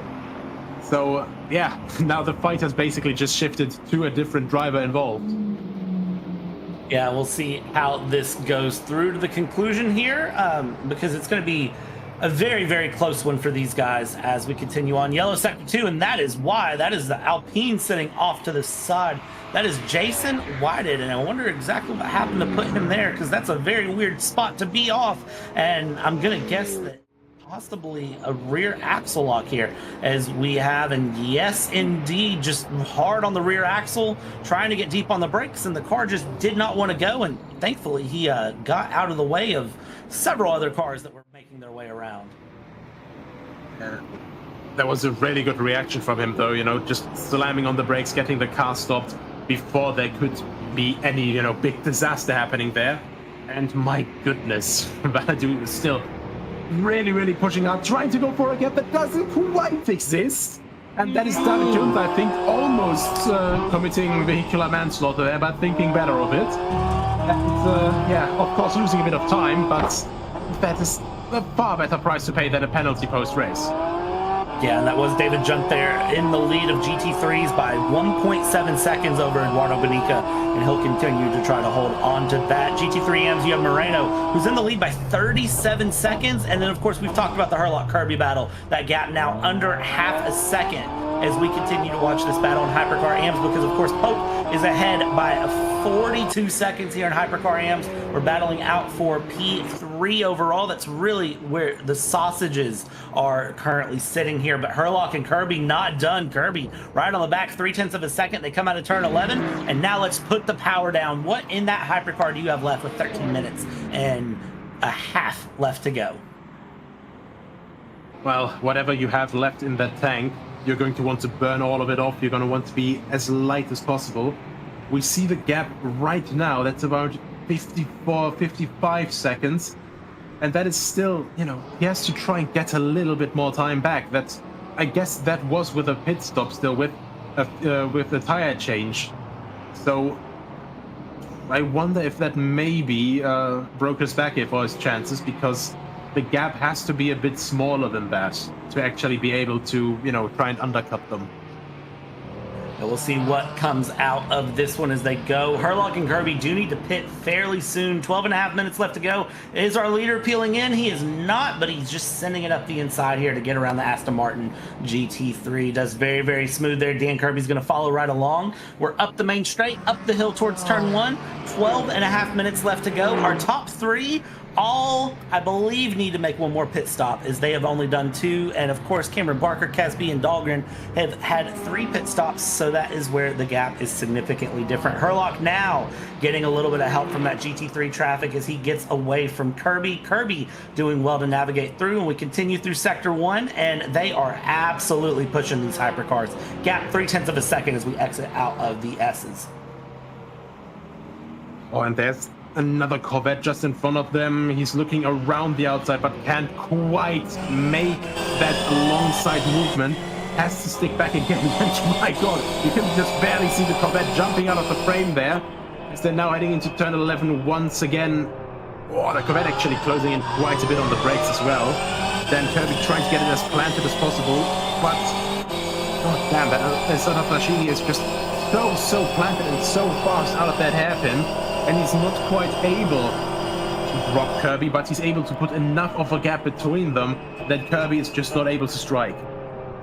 Yeah, Herlock doing a great job of using the all-wheel drive in that Asota to get around Dan Kirby and send his way out down that main straight and get just enough of a gap that even with the draft, he's not through. Dan Kirby's going to have to get very creative if he wants to get a pass, and it really does look like that first half of the track is where he can make that pass count. Before they hit turn 11, he's got to set in and make that pass. We'll see how he does as we continue around. 10 minutes left to go in this 90 minutes of COTA. 80 minutes down, 10 to go. If you've got anything left in the tank, now is the time to spend it through. And are either of these guys going to look for another pit stop? I don't see it. Nope. They will go around for at least one more lap. I can't imagine they're going to make it the entire 10 minutes, as we've seen several other cars through, but they are looking to try it at least. Yeah, that's going to be the wild part here now, because yeah, either these guys will actually try to stretch it that far, but since they've been pushing that hard, I literally just cannot see them making that distance over. And one of the nice things that I noticed actually just now, Cameron Barker was already in the pit lane as well, and he's in front of Casby. He's actually within striking range almost of these two guys in front, and of course Tom Lane got beaten a bit back over the duration of the race. He's 30 seconds back behind that lead fight, as it's really heating up here again now. He still has a pit stop to make. Tons of traffic coming up here too as they dive into turn 11. Does the GT3 see him? The answer is no, but Kirby and Herlock doing very well to get past 2/3 of that traffic, and now they just got to get past the last little bit here as they go down this back stretch. They get around the Aston Martin, and they're going to slot back in there in single file. Dan Kirby 4/10, 3/10, almost as they go into the braking zone and a little bit deeper on the brakes, but not enough there for Dan Kirby to get into the braking zone. You would think that that would be the best place to pass into turn 12, but he just doesn't have enough in the car to make it happen as they continue around yet again. 9 minutes to go. Eduardo Benica now getting a penalty there for track limits in the GT3 category, and I am going to guess that that is just coming through the S section there and running a little bit too wide. Yeah, and these guys, of course, you know, the leads for the GT3 Pro, they're a little bit further apart. And oh, that's once again one of the Ferraris missing their braking point and almost taking out Eduardo Banica. And oh, Eduardo actually getting, the other one this time. Eduardo getting hard on the throttle there, too, coming out of the exit of 11. I think he knows he just almost got hit, and I think he just planted the throttle and said, you know what, I want to get away from them as fast as possible as we continue on. 8.5 minutes now left to go. We continue through. Eduardo Banica, 4 seconds he needs to catch David Junt, and that gap is going to just grow because now Eduardo has to serve a penalty. So David Junt very securely there in the GT3 lead. If he can just stay nice and smooth, and we're really starting to see that point where track penalties are becoming an issue. Yeah, it's getting very, very close to the closing minutes.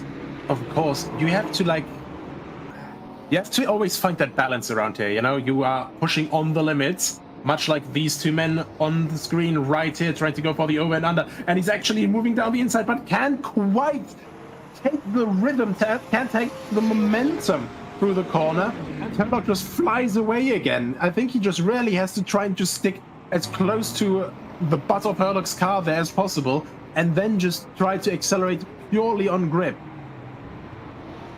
It's gonna take really hard pushing. I mean, he's putting pressure. He's putting a lot of pressure, but he's just not been able to capitalize through. Tom Lane has been in the pits, so these guys are your leaders by 47 seconds over Cameron Barker. What once was a 6-car battle at the start 90 minutes ago has led down to just these 2 drivers battling it out for the win. And we'll see what happens. Is one of these guys going to decide to stay out and the other one?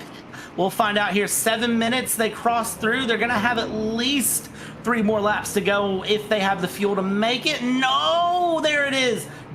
Dan Kirby in, Dan Herlock stays out, and Dan Kirby opting in for the earlier pit stop. Dan Herlock will go 1 more lap, but this is the question. Is Dan Herlock just going to rip the Band-Aid off, all the pace, everything he has? He needs to put it through now, and then Dan Kirby is going to have the best outlap of his life. Yeah, absolutely. Another question is, where will Kirby also come out in comparison to Barker? Because you do, of course, lose quite a bit of time, but I think he should be fine. This is literally just all down to Herlock and Kirby, but Herlock is losing a lot of time here right now. Look at that amount of slowdown he had to do behind that GT3 right in the middle of the S's there in Sector 1, and that could play into Kirby's cards.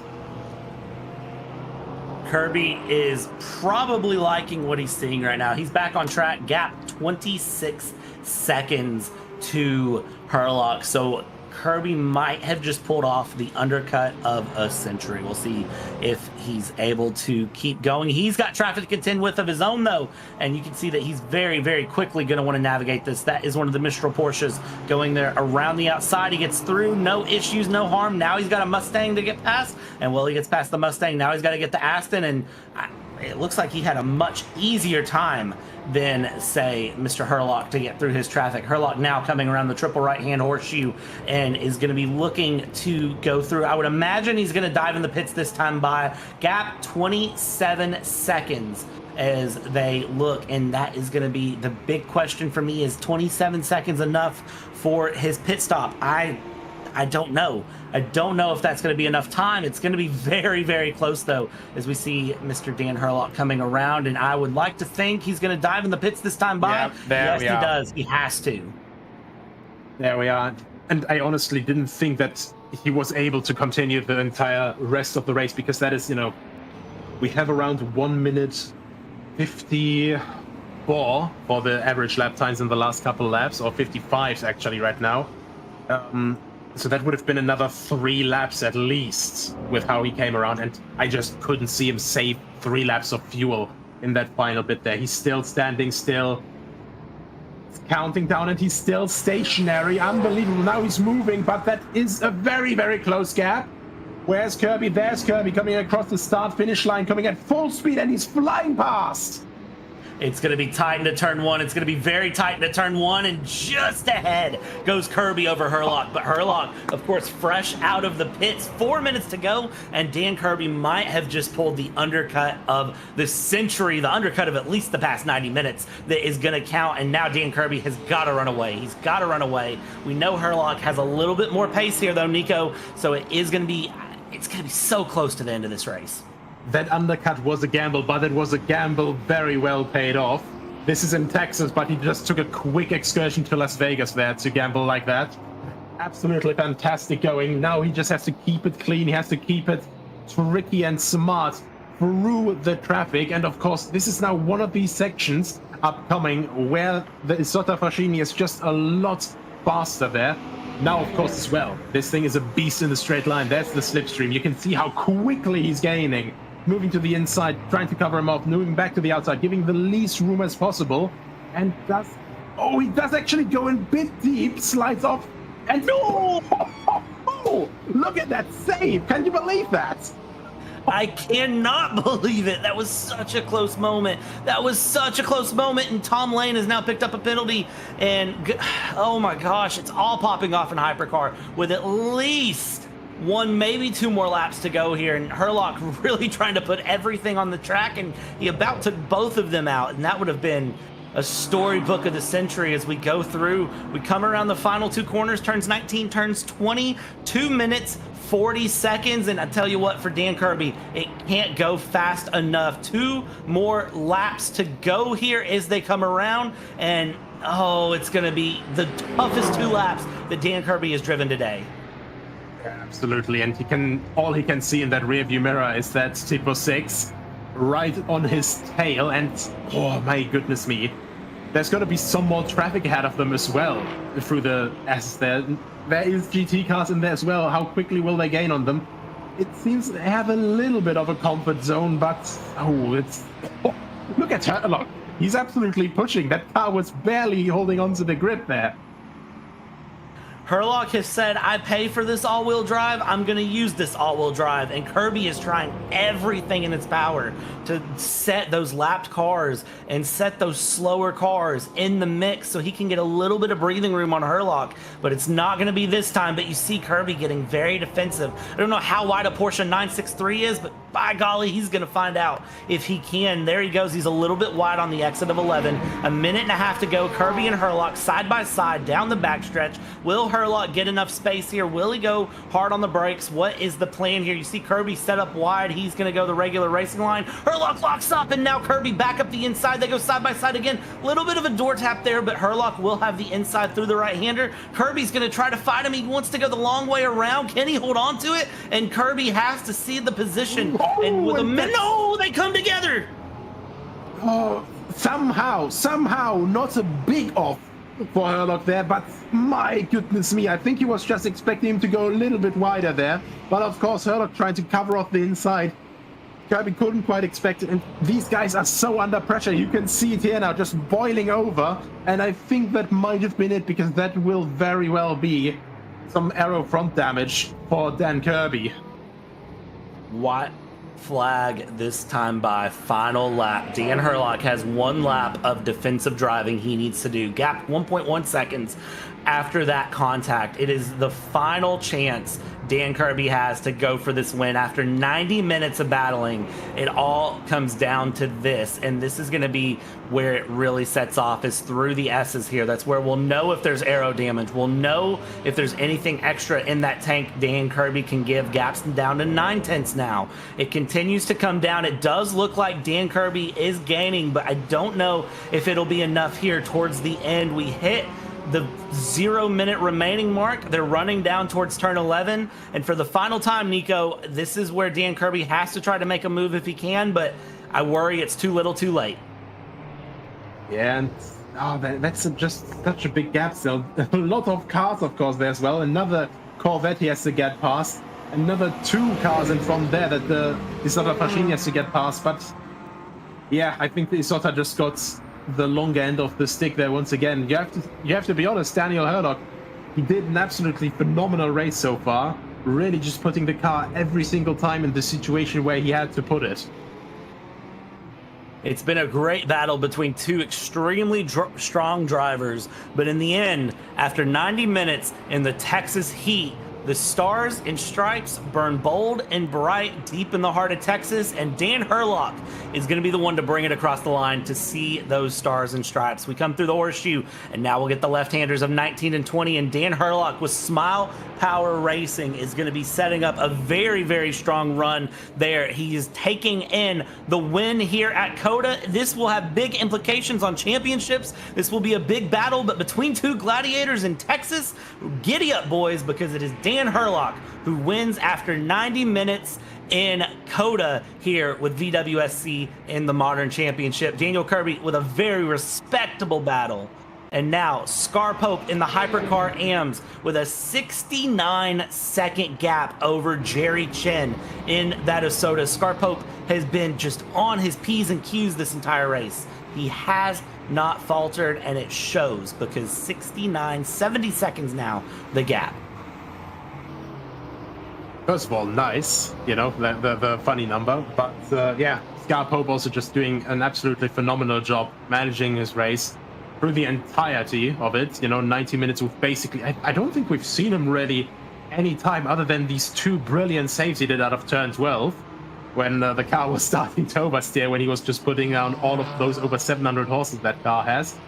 And yeah, just keeping it calm, keeping it quiet comparatively, and just getting a very well-earned class win here now. Absolutely gorgeous move there. Scar Pope comes across the line, and that is going to be victory for Scar Pope in the Hypercar AMS as we go through your GT3 winner, David Junt, going through, and he is coming around the final couple of corners now. He's got 5 seconds to gap to Eduardo Bonica, and again, David Junt in that Acura has just not put a foot wrong. He's been very smooth, very consistent this entire race, and he will bring it across for the LMGT3 Pro win. He's going to secure and cement in a little bit more of his championship lead on JT Tammy, and to be frank, that is really what he is looking for. He wants a little bit more of that lead. You give him a little bit of a cushion going in these final few rounds. David Junt rounds the final corner, and he will win the GT3 category. Yeah, Junt as well, one of these guys that just profited from just keeping it consistent, keeping it out of trouble, and that's just in the end what you want to do about this. Now Pierre Moreno, still, you know, very, very clear from everyone else as well. I think pretty much a full lap ahead of the next car, if I see it correctly here, and just, well, actually, he would be able to stand on the overall GT podium, so a very, very good run from the Porsche driver there. Slowly gets it around the last two corners, don't get a penalty now. This is, of course, very easy still here, and he actually finishes it in the pit lane, Michael Schumacher style, when he did that in Silverstone.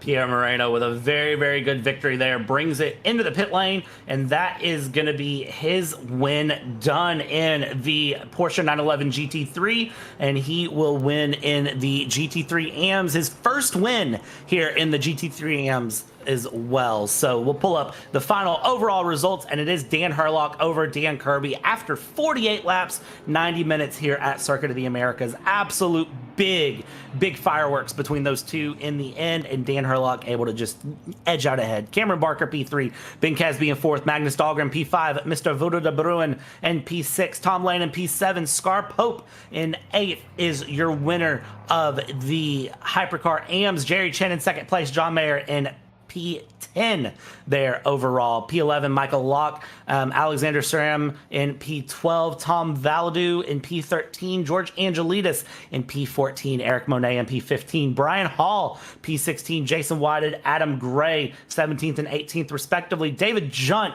is your winner of the Hypercar Pros. He finishes in P19 overall with Eduardo Bonica behind him there in P20. From there, we go to P21, Pierre Moreno, the Hypercar AM winner. And then Eugene Mazur through, or GT3 AM winner. There we go.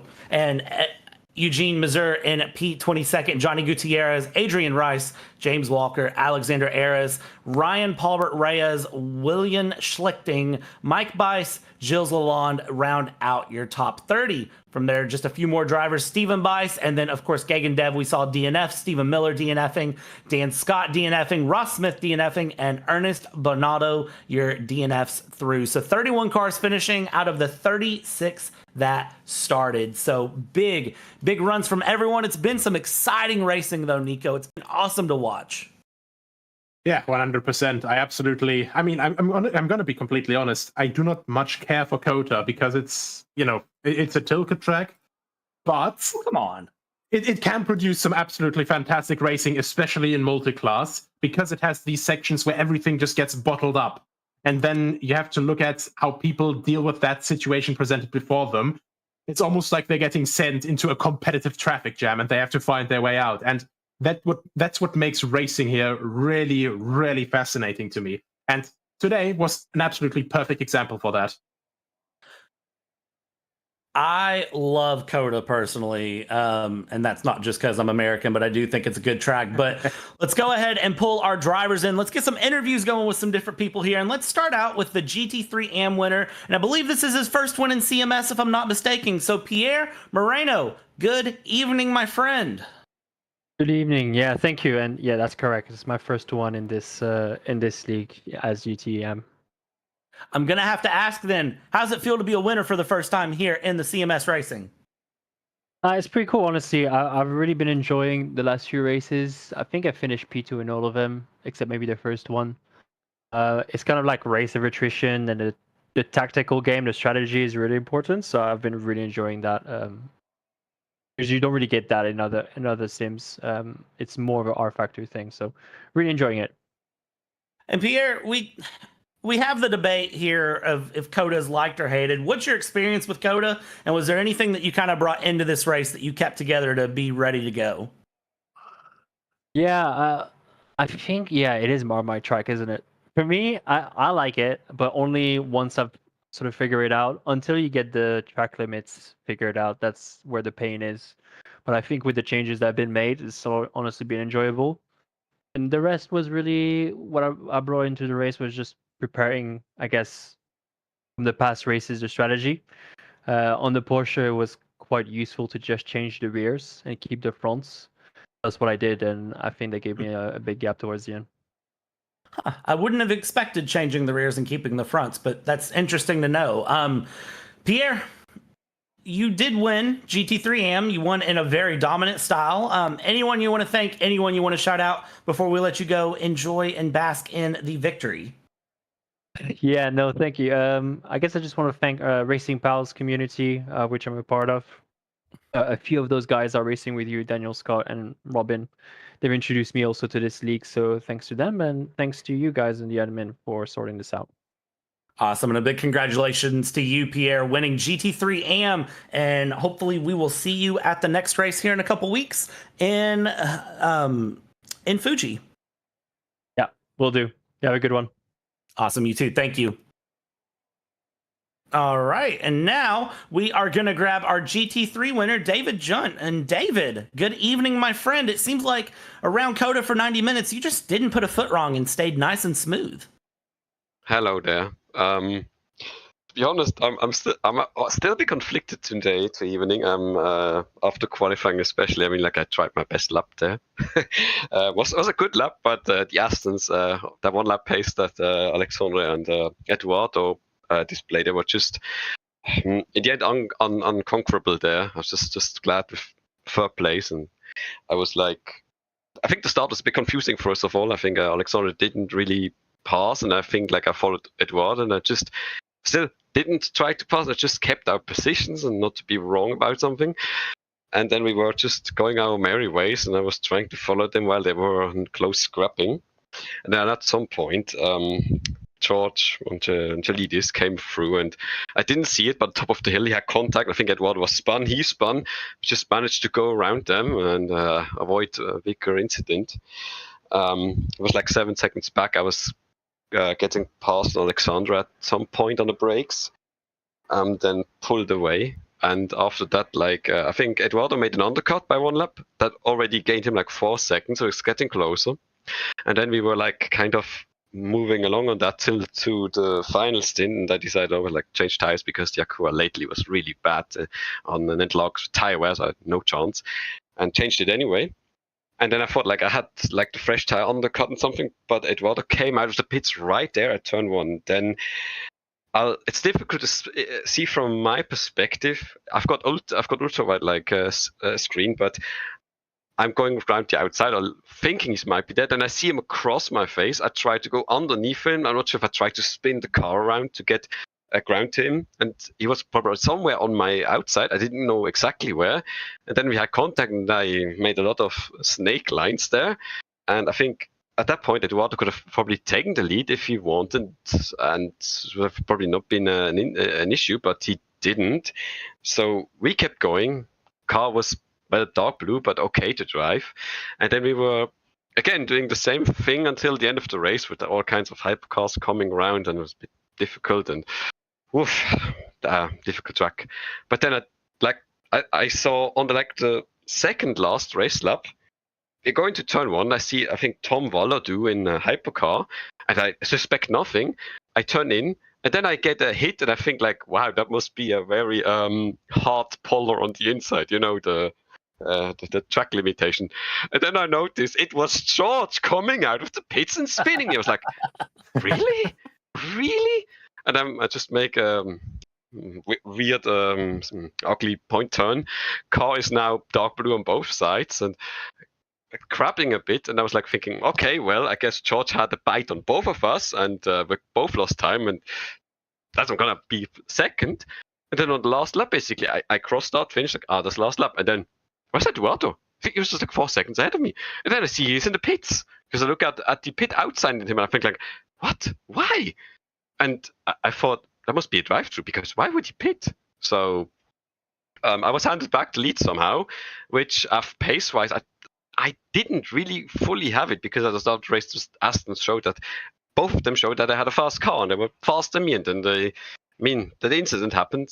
But I think overall, I was not much faster. I was just, I don't know, this is the win of the luckiest, because it felt like that. We could have all probably had it, but more like one fell short because of some small incident, but a really weird one. So it's difficult to say. Like it was a cool race, but it was just a bit, awkward about those contacts. But I hope Eduardo will not be too angry about it. I would also not. I would not be at him, because I was really tight with him. But I kind of had it, when I look back at the start of the race. But I don't know. It's just how it happened, how it worked out. But I hope we can have a good race again at Fuji with him and the other guys. Yeah, I think it'll be a good race moving forward. So, do you think it's luck? I heard you say that you think it's a race of the luckiest. Do you think you just had a little bit more luck over Eduardo this one? Because you all were battling pretty hard all the way through. Yeah, I go to say luck. I don't want to go to skill too much, because I think like I also don't want to be too mean about the cars, but like Aston plus skill, like Eduardo, like JT, like William, they all have skill coming with the car, or being with the car, and they know how to set it up well. And I'm kind of need some tips by like two people like Ross Smith, for example, and Beck Ely to make the Acura still fight back. And I think to Ross, I also give a thanks out, because before the race, he gave me like a slight tip on the anti-roll bar to go with like the wing. And it made the car a bit more predictable in long hand turns and more stable to drive. So I would say being able to keep off with the Astons and with Eduardo was also probably a bit thanks to that. So that was nice. Awesome. And David, anyone else you want to thank? Anyone you want to shout out before we let you go enjoy your win? Just like my team again, like they probably don't look at this too much, but they'll probably be happy seeing me fight around there, that I still have something in me. And probably also shout out to some friends maybe watching, because I was broadcasting it on Twitch. So hi there. Thanks. Awesome. Big shout out, David. Congrats on your GT3 win, and we'll see you in a few weeks at Fuji. Yep. See you, and good evening. Thank you. All right, and then from there, let's go ahead and pull in Mr. Scar Pope and find him the Hypercar AM winner. Scar, hello, my friend. Congratulations on the win. How did COTA treat you tonight? My nerves are shot, but I made it to the end, so I'm happy. Man, it was a good one to watch, and of course you ran through and you had a little bit of a gap there. It feels like at the end. Kind of talk me through your race and how the ISOTA felt. First of all, it's sad to see them go. Always sad to see a backmarker leave a sport, motorsports especially. But it went pretty well. It sort of went to plan. I wasn't expecting to have to fuel save because it was too slow for me, and I think that's what caught Jerry out. He went for a fuel saving race, and I don't know. After the first stop, I seemed to already have a stop in hand over him. So I don't know if something caught him out early in the race or not, but I just don't think that was a strategy at all. And GT3s is just one sector where you can get it done, and then the front straight. The rest of the track, it was just like, oh, okay, no, yep, no. And I gotta ask, because we saw some GT3 moments happen this race. Did you have any big GT3 moments that we might have missed? No. They all happened around me. I saw a couple of hypercars and GT3s make contact, but I was just outside of range to be involved. So it was good on that front, but it was very nerve-wracking. I very much prefer VIR for this. If WEC and FIA could decide to go there, that would be great. I do think that would be really cool. But Scar, anyone you want to thank, anyone you want to shout out here before we let you go for the night and let you go enjoy your win in the Hypercar AMS? Thank you guys, CMS, and everyone who put the mod together, everyone for racing. It's a blast out there with everyone, so thank you all. Awesome, and thank you. Congratulations on the win here at COTA, and we will see you in a couple weeks at Fuji. Cheers, guys. All right, and then last but not least, let's bring in the man of the hour, the guy with the battle, and in the end, he managed to pull it off with just 2 minutes to go. Dan Herlock, congratulations and good evening. Thank you. Good evening. Pretty interesting race, that one, I'd say.